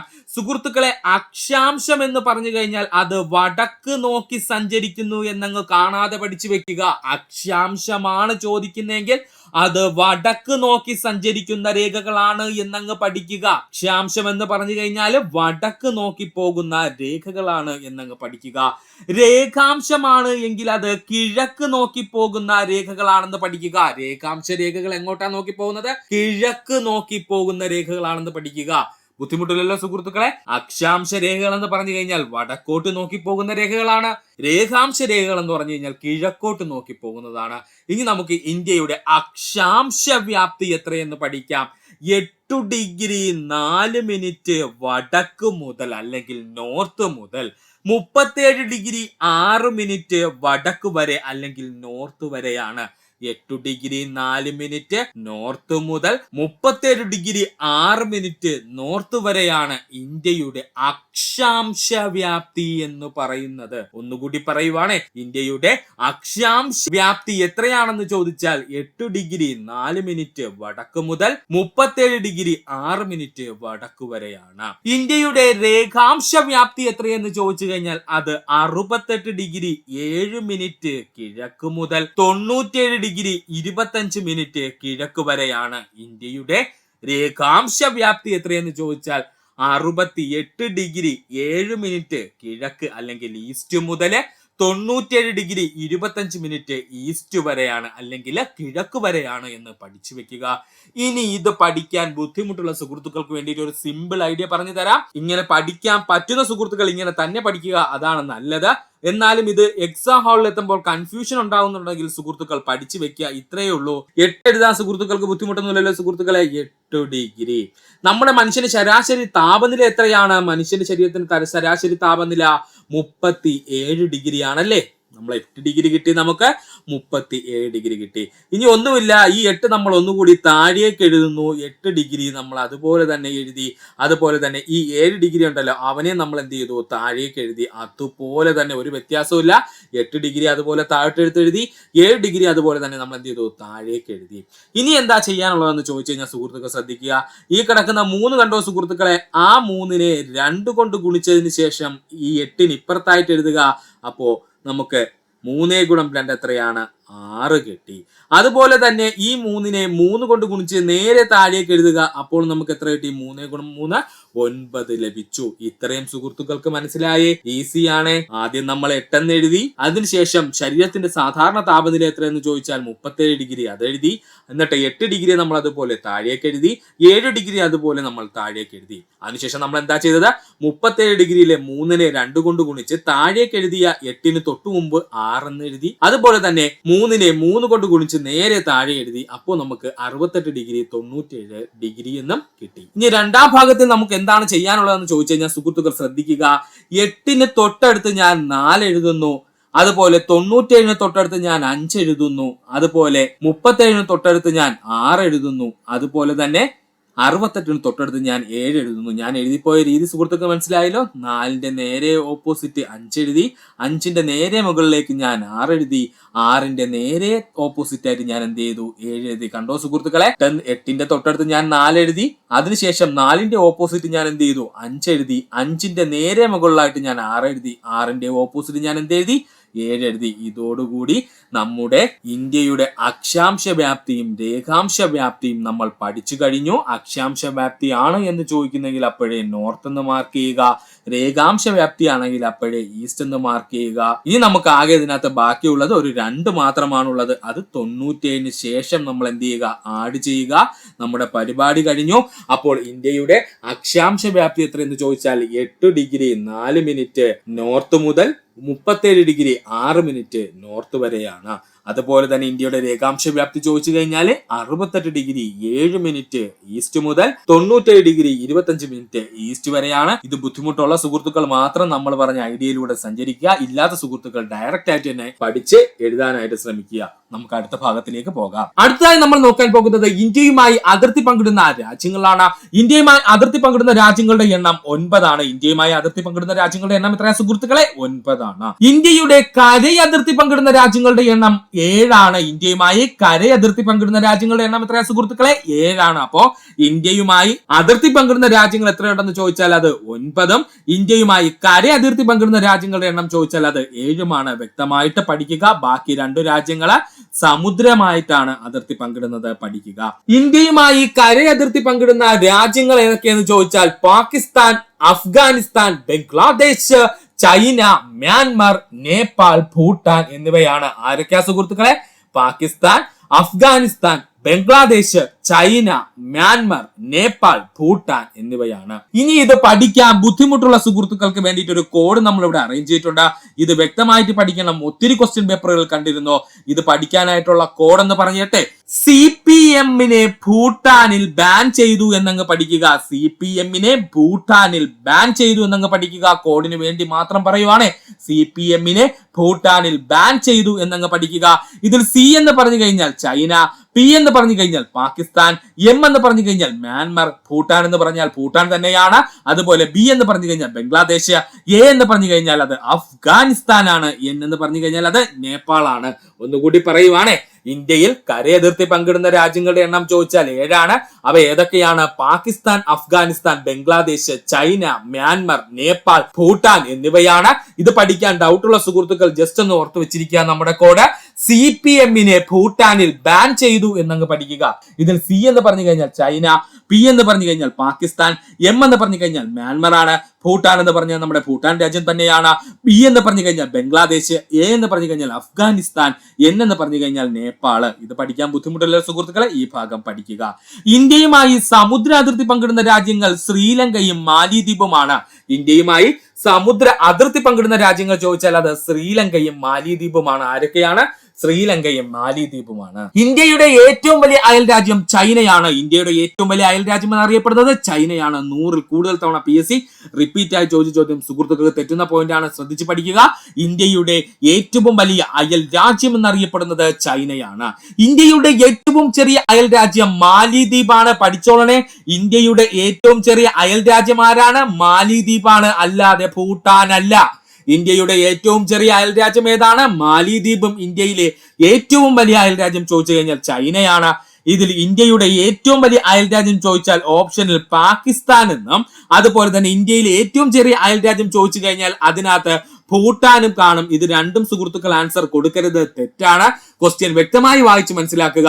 ഇന്ത്യയിലെ ഏറ്റവും വലിയ അയൽ രാജ്യം ചോദിച്ചാൽ ചൈനയും, ഇന്ത്യയുടെ ഏറ്റവും ചെറിയ അയൽ രാജ്യം ചോദിച്ചാൽ അത് മാലിദ്വീപുമാണ്. ഇന്ത്യയുമായി കരയതിർത്തി പങ്കിടുന്നതിൽ ഏറ്റവും ചെറിയ രാജ്യമാണ് ഭൂട്ടാൻ. അതാണ് അവിടെ വ്യത്യാസം കേട്ടോ. ഇന്ത്യയിലെ കരയതിർത്തി പങ്കിടുന്ന രാജ്യങ്ങളിൽ ഏറ്റവും ചെറുതാണ് ഭൂട്ടാൻ എന്ന് പറയുന്നത്. ഇന്ത്യയുമായിട്ട് കരവഴി ബന്ധമുള്ള രാജ്യങ്ങളിൽ ഏറ്റവും ചെറുതാണ് ആരെന്ന് പറയുന്നത്? ഭൂട്ടാൻ എന്ന് പറയുന്നത്. ഇന്ത്യയുമായി ഏറ്റവും കൂടുതൽ അതിർത്തി പങ്കിടുന്ന രാജ്യം എന്ന് ചോദിച്ചാൽ അത് ബംഗ്ലാദേശ് ആണ്. ഇന്ത്യയുമായി ഏറ്റവും കൂടുതൽ കരയതിർത്തി പങ്കിടുന്ന രാജ്യം എന്ന് ചോദിച്ചാൽ അത് ബംഗ്ലാദേശ് ആണ്. പഠിക്കുക. നമുക്കറിയാം നമ്മുടെ വെസ്റ്റ് ബംഗാളിന്റെ ഭാഗമായിട്ട് വരുന്ന ഒരു പ്രദേശമാണ് ബംഗ്ലാദേശ് എന്ന് പറയുന്നത്. അതുകൊണ്ട് തന്നെ ഇന്ത്യയുമായി ഏറ്റവും കൂടുതൽ കര അതിർത്തി പങ്കിടുന്ന രാജ്യം എന്ന് ചോദിച്ചു കഴിഞ്ഞാൽ അത് ബംഗ്ലാദേശ് ആണ്. ഇന്ത്യയുമായി ഏറ്റവും കുറവ് കര അതിർത്തി പങ്കിടുന്ന രാജ്യം അഫ്ഗാനിസ്ഥാൻ. ഇന്ത്യയുമായി ഏറ്റവും കുറവ് കര അതിർത്തി ഇടുന്ന രാജ്യം ഏതെന്ന് ചോദിച്ചാൽ അത് അഫ്ഗാനിസ്ഥാൻ ആണ്. മറ്റു രാജ്യങ്ങളുമായി അതിർത്തി പങ്കിടുന്ന ഇന്ത്യൻ സംസ്ഥാനങ്ങളുടെ എണ്ണം 16 ആണ്. മറ്റു രാജ്യങ്ങളുമായി അതിർത്തി പങ്കിടുന്ന ഇന്ത്യൻ സംസ്ഥാനങ്ങളുടെ എണ്ണം എത്രയെന്ന് ചോദിച്ചാൽ അത് 16 ആണ്. ഏറ്റവും കൂടുതൽ രാജ്യാന്തര അതിർത്തിയുള്ള സംസ്ഥാനം പശ്ചിമ ബംഗാളാണ്. കാരണം എന്താ സുഹൃത്തുക്കളെ?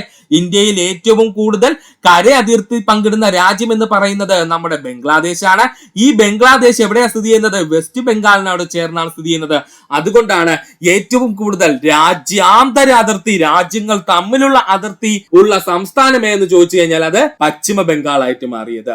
ഏറ്റവും കുറവ് രാജ്യാന്തര അതിർത്തിയുള്ള ഇന്ത്യൻ സംസ്ഥാനം നാഗാലാൻഡ് ആണ്. പഠിച്ചോളണേ, ഏറ്റവും കുറവ് രാജ്യാന്തര അതിർത്തിയുള്ള ഇന്ത്യൻ സംസ്ഥാനം എന്ന് ചോദിച്ചാൽ അത് നാഗാലാൻഡ് ആണ്. പാകിസ്ഥാനുമായി ഏറ്റവും കൂടുതൽ അതിർത്തി പങ്കിടുന്ന സംസ്ഥാനം രാജസ്ഥാൻ ആണ്. ഓപ്ഷനകത്ത് സുഹൃത്തുക്കൾക്ക് ജമ്മു ആൻഡ് കാശ്മീർ കാണാൻ പറ്റും. ഒരിക്കലും ആൻസർ കൊടുക്കരുത്. അത് ഒന്നാമത് കേന്ദ്രഭരണ പ്രദേശമായി. അതുകൊണ്ട് മാത്രമല്ല, പാകിസ്ഥാനുമായി ഏറ്റവും കൂടുതൽ അതിർത്തി പങ്കിടുന്ന ഇന്ത്യയിലെ ഏറ്റവും വലിയ സംസ്ഥാനം എന്നറിയപ്പെടുന്നത് രാജസ്ഥാൻ ആണ്. ഇന്ത്യയിലെ ഏറ്റവും വലിയ സംസ്ഥാനം എന്നറിയപ്പെടുന്ന ആരെ സുഹൃത്തുക്കളെ?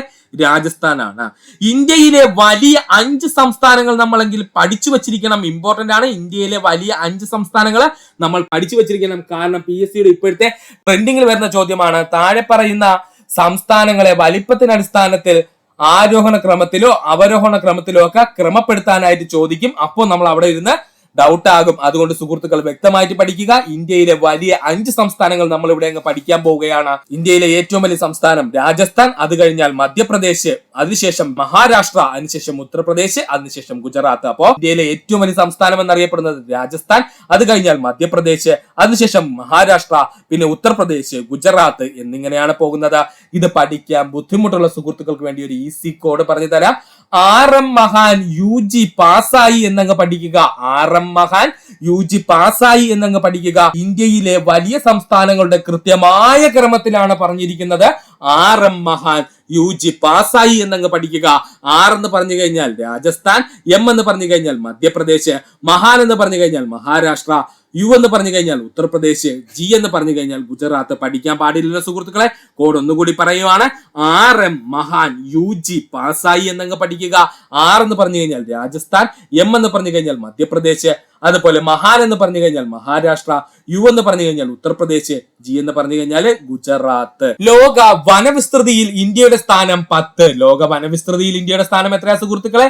10 ലോകത്തിൽ ഏറ്റവും കൂടുതൽ വനമുള്ള രാജ്യം റഷ്യയാണ്. ലോകത്തിൽ ഏറ്റവും കൂടുതൽ വനമുള്ള രാജ്യം ആരാണ്? റഷ്യയാണ്. ഇനി ലോകത്തിൽ ഏറ്റവും കൂടുതൽ വനവിസ്തൃതിയുള്ള 5 രാജ്യങ്ങൾ നമ്മൾ പഠിച്ചു വെച്ചിരിക്കണം. ലോകത്തിൽ വനവിസ്തൃതിയുള്ള പ്രധാനപ്പെട്ട 5 രാജ്യങ്ങൾ നമ്മൾ പഠിച്ചു വെക്കണം. 1-ാം സ്ഥാനം റഷ്യ, 2-ാം സ്ഥാനം ബ്രസീല്, 3-ാം സ്ഥാനം കാനഡ, 4-ാം സ്ഥാനം USA, 5-ാം സ്ഥാനം ചൈന. പഠിച്ചു വെച്ചേക്കുക. 1-ാം സ്ഥാനം റഷ്യയാണ്, 2-ാം സ്ഥാനം ബ്രസീലാണ്, 3-ാം സ്ഥാനം കാനഡയാണ്, 4-ാം സ്ഥാനം USA ആണ്, 5-ാം സ്ഥാനം ചൈനയാണ്. മറക്കാതെ പഠിക്കുക. ഇനി ഇത് പഠിക്കാൻ ബുദ്ധിമുട്ടുള്ള സുഹൃത്തുക്കൾ ഉണ്ടെങ്കിൽ ഒരു കൺഫ്യൂഷനും ഇല്ലാതെ നമ്മൾ ഇവിടെ വെച്ച് ഇവനെ അങ്ങ് പഠിച്ചു തീർക്കാം. ഇത്രയേ ഉള്ളൂ നമ്മുടെ കോഡ്. വനത്തിൽ നിന്നും RBC പിടിച്ച US-നെ ചൈനയിലേക്ക് കടത്തി എന്നങ്ങ് പഠിക്കുക. വനത്തിൽ നിന്നും RBC പിടിച്ച US-നെ ചൈനയിലേക്ക് കടത്തി എന്നങ്ങ് പഠിക്കുക. വനത്തിൽ നിന്നും RBC പിടിച്ച US-നെ ചൈനയിലേക്ക് കടത്തി എന്നാണ് നമ്മുടെ കോഡ്. ഇതങ്ങ് പഠിച്ചു വെക്കുക സുഹൃത്തുക്കള്. വനത്തിൽ എന്ന് പറഞ്ഞു കഴിഞ്ഞാൽ നമ്മൾ ലോകത്തിലെ വനവിസ്തൃതിയെ സൂചിപ്പിക്കുന്നു. R എന്ന് പറഞ്ഞു കഴിഞ്ഞാൽ റഷ്യ, B എന്ന് പറഞ്ഞു കഴിഞ്ഞാൽ ബ്രസീല്, C എന്ന് പറഞ്ഞു കഴിഞ്ഞാൽ കാനഡ, US എന്ന് പറഞ്ഞു കഴിഞ്ഞാൽ USA ആണ്, ചൈന എന്ന് പറഞ്ഞു കഴിഞ്ഞാൽ ചൈന തന്നെയാണ്. അപ്പോ ലോകത്തിലെ പ്രധാനപ്പെട്ട വനമുള്ള 5 രാജ്യങ്ങൾ നമ്മുടെ കയ്യിൽ കിട്ടിയേ. ആരൊക്കെയാണ് ലോകത്തിലെ 5 പ്രധാനപ്പെട്ട വനമുള്ള രാജ്യങ്ങള്? ആദ്യത്തെ രാജ്യം റഷ്യ, 2-ാമത് ബ്രസീല്, 3-ാമത് കാനഡ, 4-ാമത് USA അല്ലെങ്കിൽ അമേരിക്ക, 5-ാമത് ആരാണ്? ചൈനയാണ്. 9-ാമത്തെ ചോദ്യം, ഇന്ത്യയുടെ കിഴക്കേ അറ്റത്തുള്ള രേഖാംശം ഏതാണ്? നമ്മുടെ ശരിയായ ഉത്തരം ഏതാ? 97 ഡിഗ്രി 25 കിഴക്കാണ് കേട്ടോ. ഈസ്റ്റ് എന്നുള്ളത് മറക്കല്ലേ, ഇമ്പോർട്ടന്റ് ആണ്. ഇന്ത്യയുടെ കിഴക്കേ അറ്റത്തുള്ള രേഖാംശം എന്ന് ചോദിച്ചാൽ 97 ഡിഗ്രി 25 മിനിറ്റ് ഈസ്റ്റ് അഥവാ കിഴക്കാണ്. പലരും തെറ്റിക്കുന്ന പോയിന്റ് ആണ്. ഒത്തിരി നാളായി ഇങ്ങനത്തെ ചോദ്യങ്ങൾ ചോദിച്ചിട്ട്. അപ്പോൾ ഇനിയുള്ള എക്സാമിനും ഇതുമായി ബന്ധപ്പെട്ട ചോദ്യങ്ങൾ നമുക്ക് പ്രതീക്ഷിക്കാം. അപ്പോൾ നമുക്ക് ഇതുമായി ബന്ധപ്പെട്ട കുറച്ച് പോയിന്റ് നോക്കാം. ഇന്ത്യയിലെ സമയമേഖലകളുടെ എണ്ണം 1 ഇന്ത്യൻ സമയമേഖലകളുടെ എണ്ണം എത്രയാണ്? 1. എന്നാൽ ബ്രിട്ടീഷ് ഇന്ത്യയിലെ സമയമേഖലകളുടെ എണ്ണം ചോദിച്ചാൽ അത് 2. പഠിച്ചു വെച്ചേക്കണേ.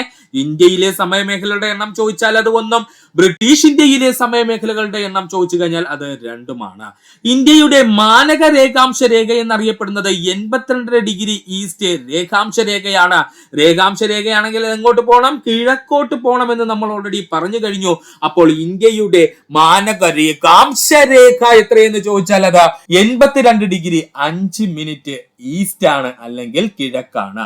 ഇന്ത്യൻ സ്റ്റാൻഡേർഡ് സമയം ഗ്രീനിച്ച് സമയത്തേക്കാൾ 5.5 മണിക്കൂർ മുന്നിലാണ്. +5.3 മണിക്കൂർ എന്ന് തന്നെ എഴുതി പഠിക്കണം. ഇന്ത്യൻ സ്റ്റാൻഡേർഡ് സമയം ഗ്രീനിച്ച് സമയത്തേക്കാൾ എത്ര മണിക്കൂർ മുന്നിലാണ് എന്ന് ചോദിച്ചാൽ 5.30 അല്ലെങ്കിൽ 5.5 മണിക്കൂർ മുന്നിലാണ്. മാനക രേഖാംശ രേഖ കടന്നു പോകുന്ന സംസ്ഥാനങ്ങളുടെ എണ്ണം 5. പഠിക്കണേ. മാനക രേഖാംശ രേഖ കടന്നു പോകുന്ന സംസ്ഥാനങ്ങളുടെ എണ്ണം എത്രയാണ്? 5. പഠിക്കുക.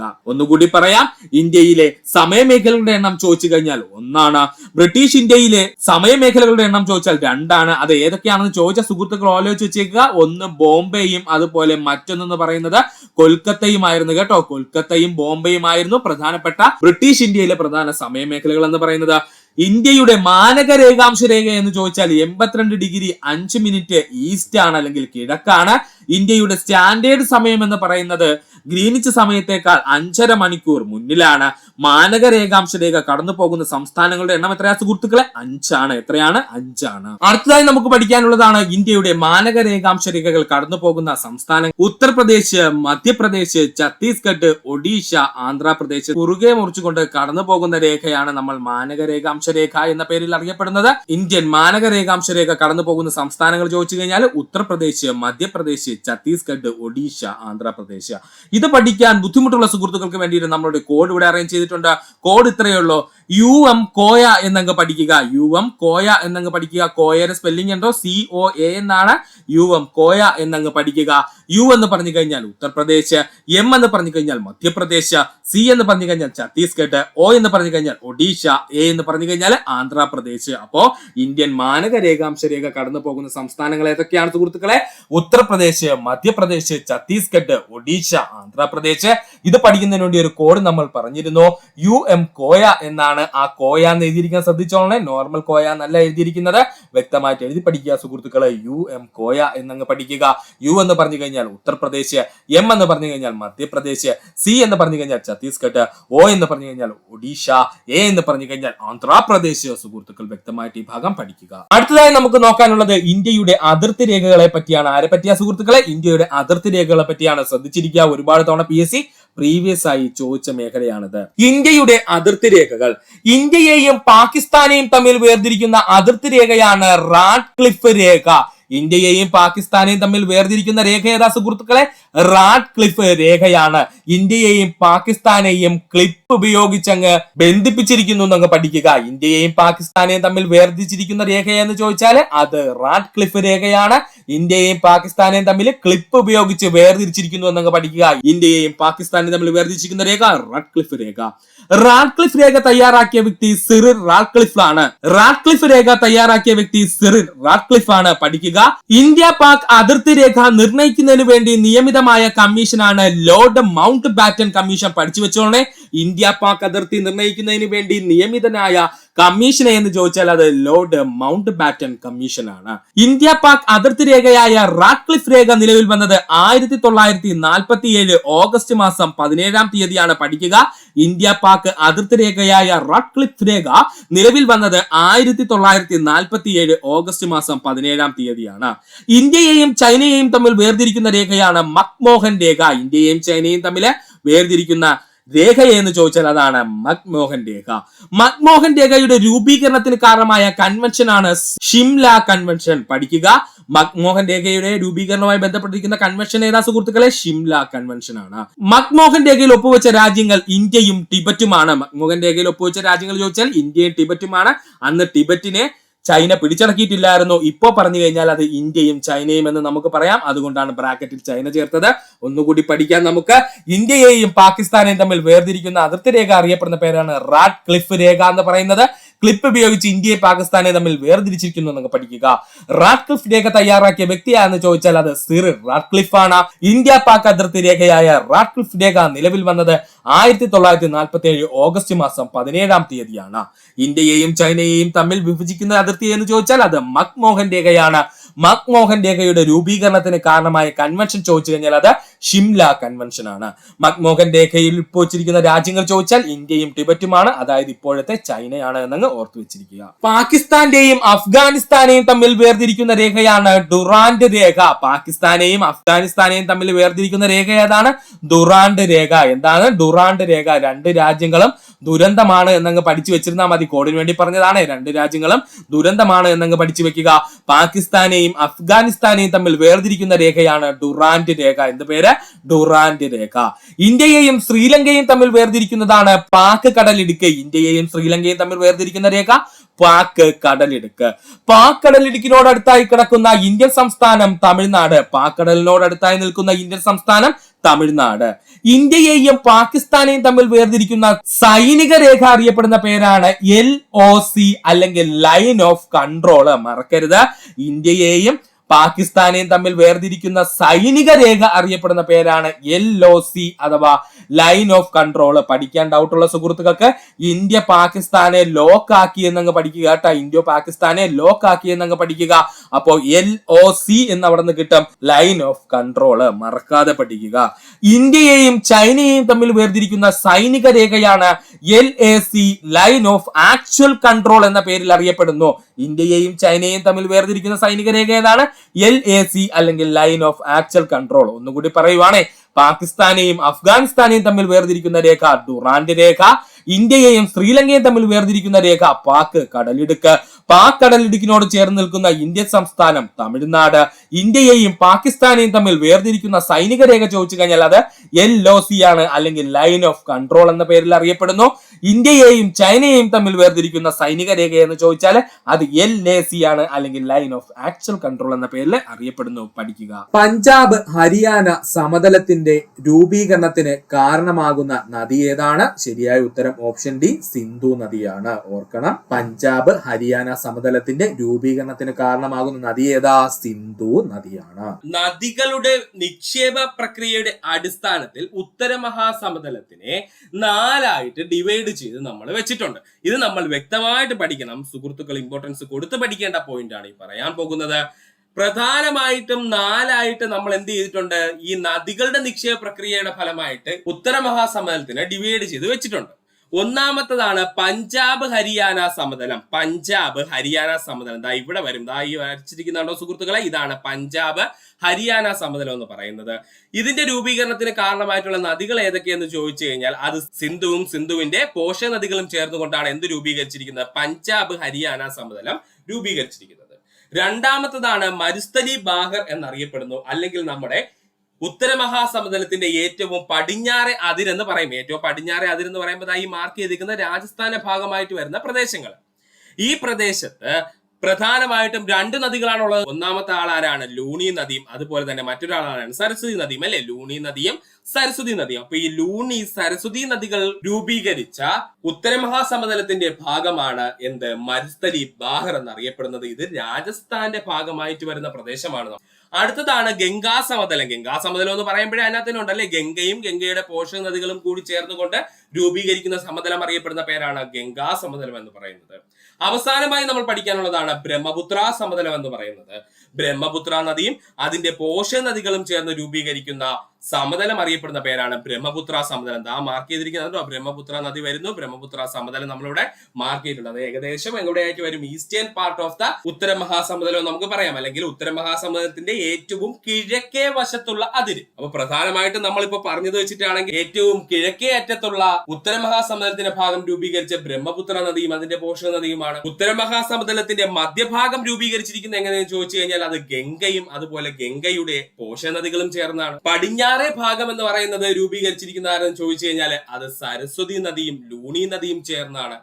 അതിനിടയ്ക്കുള്ള പ്രദേശം, അതായത് ഉത്തര മഹാസമതലത്തിന്റെ മധ്യഭാഗത്തിനും പടിഞ്ഞാറേ ഭാഗത്തിനും ഇടയ്ക്കുള്ള ഒരു ചെറിയ പ്രദേശം ആര് രൂപീകരിച്ചു വെച്ചിരിക്കുന്നു? നമ്മുടെ സിന്ധു നദിയും അതിന്റെ പോഷക നദിയും ചേർന്ന് രൂപീകരിച്ചു വെച്ചിരിക്കുന്നു. ഇത്രയുമാണ് ഉത്തര മഹാസമതലത്തിന് നദികളുടെ വ്യൂവിൽ നോക്കുവാണെങ്കിൽ നമ്മൾ ഡിവൈഡ് ചെയ്ത് വെച്ചിരിക്കുന്നത്. ഇനി നമുക്ക് നോക്കാനുള്ളത് സിന്ധു നദിയെ കുറിച്ച് കേരള PSC ചോദിച്ചിട്ടുള്ള ചോദ്യങ്ങളാണ്. നമുക്ക് നോക്കാം. സിന്ധു നദിയുടെ ആകെ നീളം 2900 കിലോമീറ്റർ ആണ്. സിന്ധു നദിയുടെ ആകെ ദൂരം എത്രയാണ്? 2900 കിലോമീറ്റർ ആണ്. ലോകത്തിലെ പ്രധാനപ്പെട്ട നദീതടങ്ങളിൽ ഒന്നാണ് സിന്ധു നദീതടം എന്ന് പറയുന്നത്. ലോകത്തിലെ പ്രധാനപ്പെട്ട നദീതടങ്ങളിൽ ഒന്നാണ് സിന്ധു നദീതടം എന്ന് പറയുന്നത്. സിന്ധുവും സിന്ധുവിന്റെ പോഷക നദികളും ചേർന്ന് സപ്ത സിന്ധു എന്ന പേരിൽ അറിയപ്പെടുന്നു. സിന്ധുവും സിന്ധുവിന്റെ പോഷക നദികളും ചേർന്ന് എന്ത് പേരിലാണ് സുഹൃത്തുക്കളെ അറിയപ്പെടുന്നത്? സപ്ത സിന്ധു എന്ന പേരിലാണ് അറിയപ്പെടുന്നത്. എന്ന് പറഞ്ഞു കഴിഞ്ഞാല് സിന്ധുവും സിന്ധുവിന്റെ പോഷക നദികൾ എന്ന് പറഞ്ഞു കഴിഞ്ഞാല് ചലം, രവി, ചിനാബ്, ബിയാസ്, സത്ലജ്, ഇങ്ങനെ 5 നദികളും അതിനോടൊപ്പം സിന്ധു നദിയും അതിനോടൊപ്പം ഒരു നദി. ഇപ്പൊ 6 നദികളായിട്ടുള്ള സപ്ത സിന്ധു എന്ന് വെച്ചാൽ 7 നദികളല്ലേ? ഒരു നദി കൂടിയുണ്ട്, ആ സുഹൃത്തുക്കൾ മറക്കാതെ പഠിക്കുക. സരസ്വതി നദി. ആരൊക്കെയാണ്? സരസ്വതി നദി. ഈ സരസ്വതി നദിയും കൂടെ ചേരുമ്പോഴാണ് 7 നദികൾ എന്ത് ചെയ്യുന്നത്? പൂർത്തിയാകുന്നത്. ഒന്ന് ഓർത്ത് വെച്ചിരിക്കുക. സിന്ധുവും സിന്ധുവിന്റെ പോഷക നദികളും ചേർന്ന് സപ്ത സിന്ധു എന്ന പേരിൽ അറിയപ്പെടുന്നു. സിന്ധുവും സിന്ധുവിന്റെ 5 പോഷക നദികളും നമുക്കറിയാം. അപ്പോൾ മൊത്തം 6 നദികളായി. പിന്നെ നമുക്ക് സംശയമുള്ള ഒരേ ഒരു നദിയേ ഉള്ളൂ, അത് സരസ്വതി നദിയാണെന്ന് ഓർക്കുക. പടിഞ്ഞാറോട്ട് ഒഴുകുന്ന ഏക ഹിമാലയൻ നദി എന്ന് ചോദിച്ചാൽ സിന്ധുവാണ്. ഇതൊക്കെ പ്രീവിയസ് ആയി ചോദിച്ചിട്ടുള്ളതാണ്. പടിഞ്ഞാറോട്ട് ഒഴുകുന്ന ഏക ഹിമാലയൻ നദി എന്ന് ചോദിച്ചു കഴിഞ്ഞാൽ അത് സിന്ധു നദിയാണ്. അറബിക്കടലിൽ പതിക്കുന്ന ഏക ഹിമാലയൻ നദി എന്ന് ചോദിച്ചാൽ അതും സിന്ധു തന്നെയാണ്.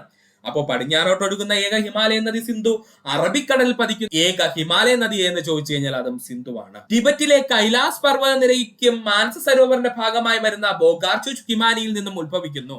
ഓൾറെഡി ചോദിച്ച ചോദ്യമാണ്, നമ്മൾ ഓൾറെഡി ഇതിനെക്കുറിച്ച് ഡിസ്കസ് ചെയ്ത് കഴിഞ്ഞു. ടിബറ്റിലെ കൈലാസ് പർവ്വത നിരയിലെ മാനസ സരോവരത്തിന്റെ ഭാഗമായി വരുന്ന ബോഗാർച്ചു ഹിമാനിയിൽ നിന്ന് ഉത്ഭവിക്കുന്ന നദിയാണ് സിന്ധു. സിംഹത്തിന്റെ വായ എന്നർത്ഥം വരുന്ന സിംഗി ഖംബർ, ഇത് ഡിഗ്രി ലെവൽ ചോദിച്ച ചോദ്യമാണ്. PSC ചോദിച്ചിട്ടുണ്ട്. അതുകൊണ്ട് സുഹൃത്തുക്കൾ ഇത് പഠിക്കുക. സിംഗി ഖംബർ, സിംഹത്തിന്റെ വായ എന്നർത്ഥം വരുന്ന സിംഗി ഖംബർ എന്ന ടിബറ്റൻ വാക്കിൽ നിന്നാണ് സിന്ധു എന്ന പേര് ഉൾത്തിരിഞ്ഞത്. ഒന്നുകൂടി പറയാം. സിംഹത്തിന്റെ വായ എന്നർത്ഥം വരുന്ന സിംഘി കമ്പർ എന്ന ടിബറ്റൻ പദത്തിൽ നിന്നാണ് സിന്ധു എന്ന വാക്ക് ഉത്ഭവിച്ചത് എന്ന് കരുതപ്പെടുന്നു. സിന്ധു നദി ഇന്ത്യയിലൂടെ ഒഴുകുന്ന നീളം ചോദിച്ചു കഴിഞ്ഞാൽ 709 കിലോമീറ്റർ. മറക്കരുത്, സിന്ധു നദി ഇന്ത്യയിലൂടെ ഒഴുകുന്ന നീളം ചോദിച്ചാൽ 709 കിലോമീറ്റർ ആണ്. എന്നാൽ 2019 കേന്ദ്ര ജലവിഭവ മന്ത്രാലയത്തിന്റെ കണക്ക് പ്രകാരം അത് 1114 കിലോമീറ്റർ എന്ന് കണക്കാക്കിയിരിക്കുന്നു. അപ്പൊ PSCയുടെ ഉത്തര സൂചിക പ്രകാരം 709 കിലോമീറ്റർ ആണ്.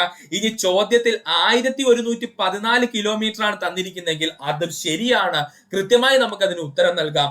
കാരണം ഇത് 2019 ജലവിഭവ മന്ത്രാലയത്തിന്റെ കണക്ക് പ്രകാരം പറഞ്ഞിരിക്കുന്നതാണ്. അതുകൊണ്ട് അത് നമുക്ക് കൃത്യമായി ഉത്തരം കൊടുക്കാം, യാതൊരു പ്രശ്നവുമില്ല.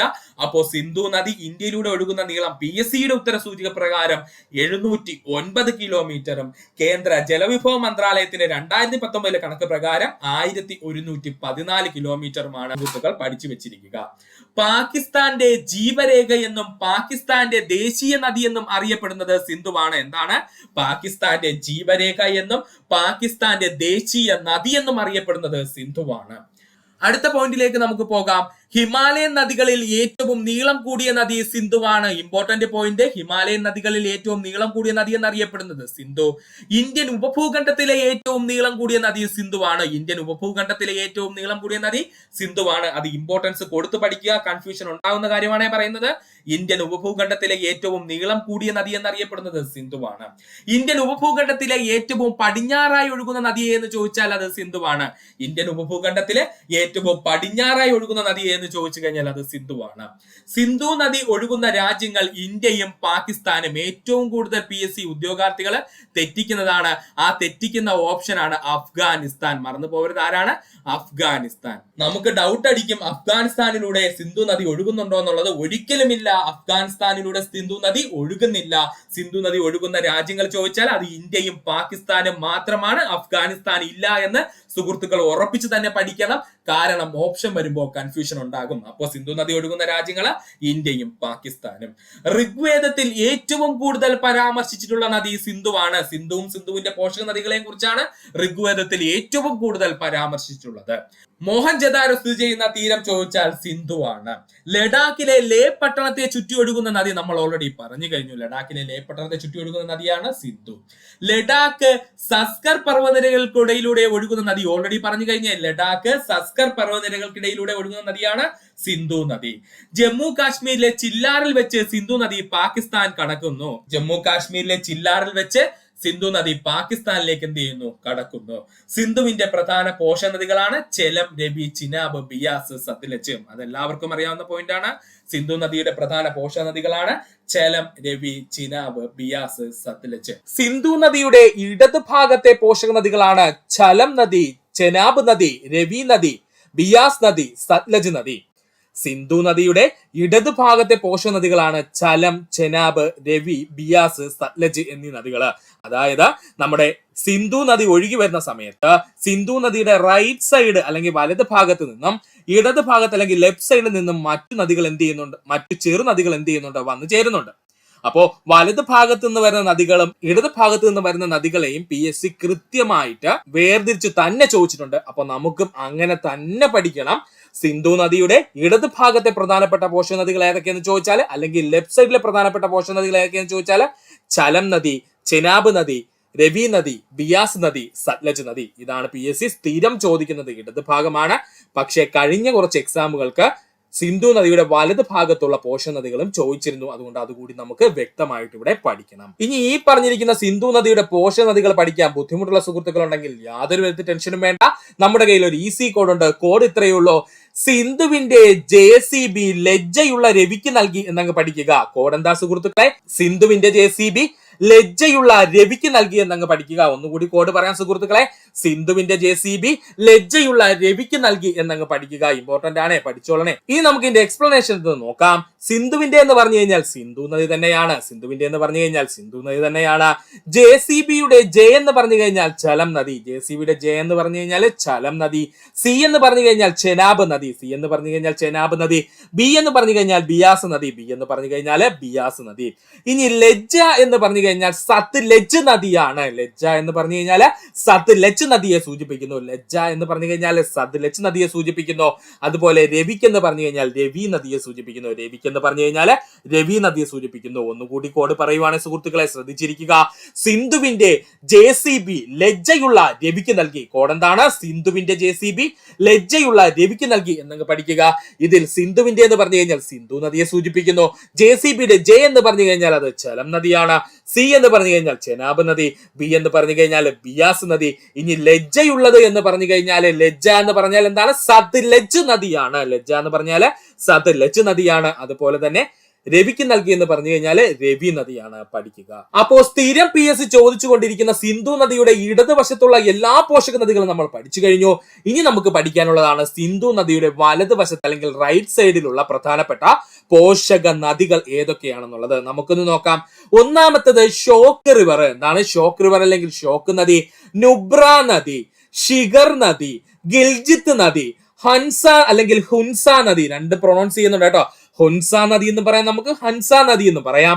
അപ്പോ സിന്ധു നദിയുടെ വലതുവശത്തുള്ള പ്രധാനപ്പെട്ട പോഷക നദികൾ ചോദിച്ചു കഴിഞ്ഞാൽ ഷോക്ക് നദി, നുബ്ര നദി, ഷിഗർ നദി, ഗിൽജിത്ത് നദി, അതുപോലെ ഹുൻസ നദി. പഠിക്കണേ, ഇമ്പോർട്ടന്റ് ആണ്. ഒന്നുകൂടി പറയാം സുഹൃത്തുക്കളെ. സിന്ധു നദിയുടെ വലത്തുവശത്ത് നിന്നും വന്നു ചേരുന്ന പോഷക നദികൾ അല്ലെങ്കിൽ റൈറ്റ് സൈഡിൽ നിന്ന് വരുന്ന പോഷക നദികൾ എന്ന് ചോദിച്ചു കഴിഞ്ഞാൽ അത് ഷോക്ക് നദിയുണ്ട്, നുബ്ര നദിയുണ്ട്, ഷിഗർ നദിയുണ്ട്, ഗിൽജിത്ത് നദിയുണ്ട്, ഹുൻസ നദിയുണ്ട്. പഠിക്കുക. ഇനി ഇത് പഠിക്കാൻ ബുദ്ധിമുട്ടുള്ള സുഹൃത്തുക്കൾ വിഷമിക്കേണ്ട. നമ്മുടെ കയ്യിൽ ഒരു ഈസി കോഡ് ഉണ്ട്. പ്രധാനപ്പെട്ട സിന്ധു നദിയുടെ വലതു ഭാഗത്തും ഇടതു ഭാഗത്തുമുള്ള പോഷക നദികൾ മൊത്തം നമ്മളിവിടെ പഠിക്കും. ഇനി ഇത് പഠിക്കാൻ ബുദ്ധിമുട്ടുള്ള സുഹൃത്തുക്കൾക്ക് വേണ്ടിയിട്ട് നമ്മുടെ കയ്യിൽ ഒരു ഈസി കോഡ് ഉണ്ട്. ഈ ഒരു ഈസി കോഡ് ഉപയോഗിച്ചാൽ നിങ്ങൾക്ക് സിന്ധു നദിയുടെ വലതു ഭാഗത്തുള്ള എല്ലാ പോഷക നദികളും ലഭിക്കുന്നതാണ്. കോഡ് ഇത്രയേ ഉള്ളൂ. NSG കാരനായ ഹൻസയ്ക്ക് ഷോക്ക് ഏറ്റു എന്നങ്ങ് പഠിക്കുക. NSG കാരനായ ഹൻസയ്ക്ക് ഷോക്ക് ഏറ്റു എന്നങ്ങ് പഠിക്കുക. ഒന്നുകൂടി കോഡ് പറയുവാണ്, ശ്രദ്ധിച്ചിരിക്കുക സുഹൃത്തുക്കളെ. NSG കാരനായ ഹൻസയ്ക്ക് ഷോക്ക് ഏറ്റു എന്നങ്ങ് പഠിക്കുക. ഇതിൽ N എന്ന് പറഞ്ഞു കഴിഞ്ഞാൽ നുബ്ര നദി, S എന്ന് പറഞ്ഞു കഴിഞ്ഞാൽ ഷിഗർ നദി, G എന്ന് പറഞ്ഞു കഴിഞ്ഞാൽ ഗിൽജിത്ത് നദി, ഹൻസയ്ക്ക് എന്ന് പറഞ്ഞു കഴിഞ്ഞാൽ ഹുൻസ നദിയാണ്. ചില സ്ഥലത്ത് ഹൻസ എന്ന് നമ്മൾ പ്രൊനൗൺസ് ചെയ്യും കേട്ടോ. ഹൻസയ്ക്ക് എന്ന് പറഞ്ഞു കഴിഞ്ഞാൽ ഹുൻസ നദി. അതുപോലെ ഷോക്ക് ഏറ്റു എന്ന് പറഞ്ഞു കഴിഞ്ഞാൽ ഷോക്ക് നദി. ഷോക്ക് ഏറ്റു എന്ന് പറഞ്ഞു കഴിഞ്ഞാൽ ഷോക്ക് നദി. ഒന്നുകൂടി പറയാം സുഹൃത്തുക്കളെ, ശ്രദ്ധിച്ചിരിക്കുക. NSG കാരനായ ഹൻസയ്ക്ക് ഷോക്ക് ഏറ്റു എന്നങ്ങ് പഠിക്കുക. ഇതിൽ NSGയിലെ N എന്ന് പറഞ്ഞു കഴിഞ്ഞാൽ നുബ്ര നദി, S എന്ന് പറഞ്ഞു കഴിഞ്ഞാൽ ഷിഗർ നദി, G എന്ന് പറഞ്ഞു കഴിഞ്ഞാൽ ഗിൽജിത്ത് നദി, ഹൻസയ്ക്ക് എന്ന് പറഞ്ഞു കഴിഞ്ഞാൽ ഹുൻസ നദി, അതുപോലെ ഷോക്ക് എന്ന് പറഞ്ഞു കഴിഞ്ഞാൽ ഷോക്ക് നദി. പഠിക്കുക.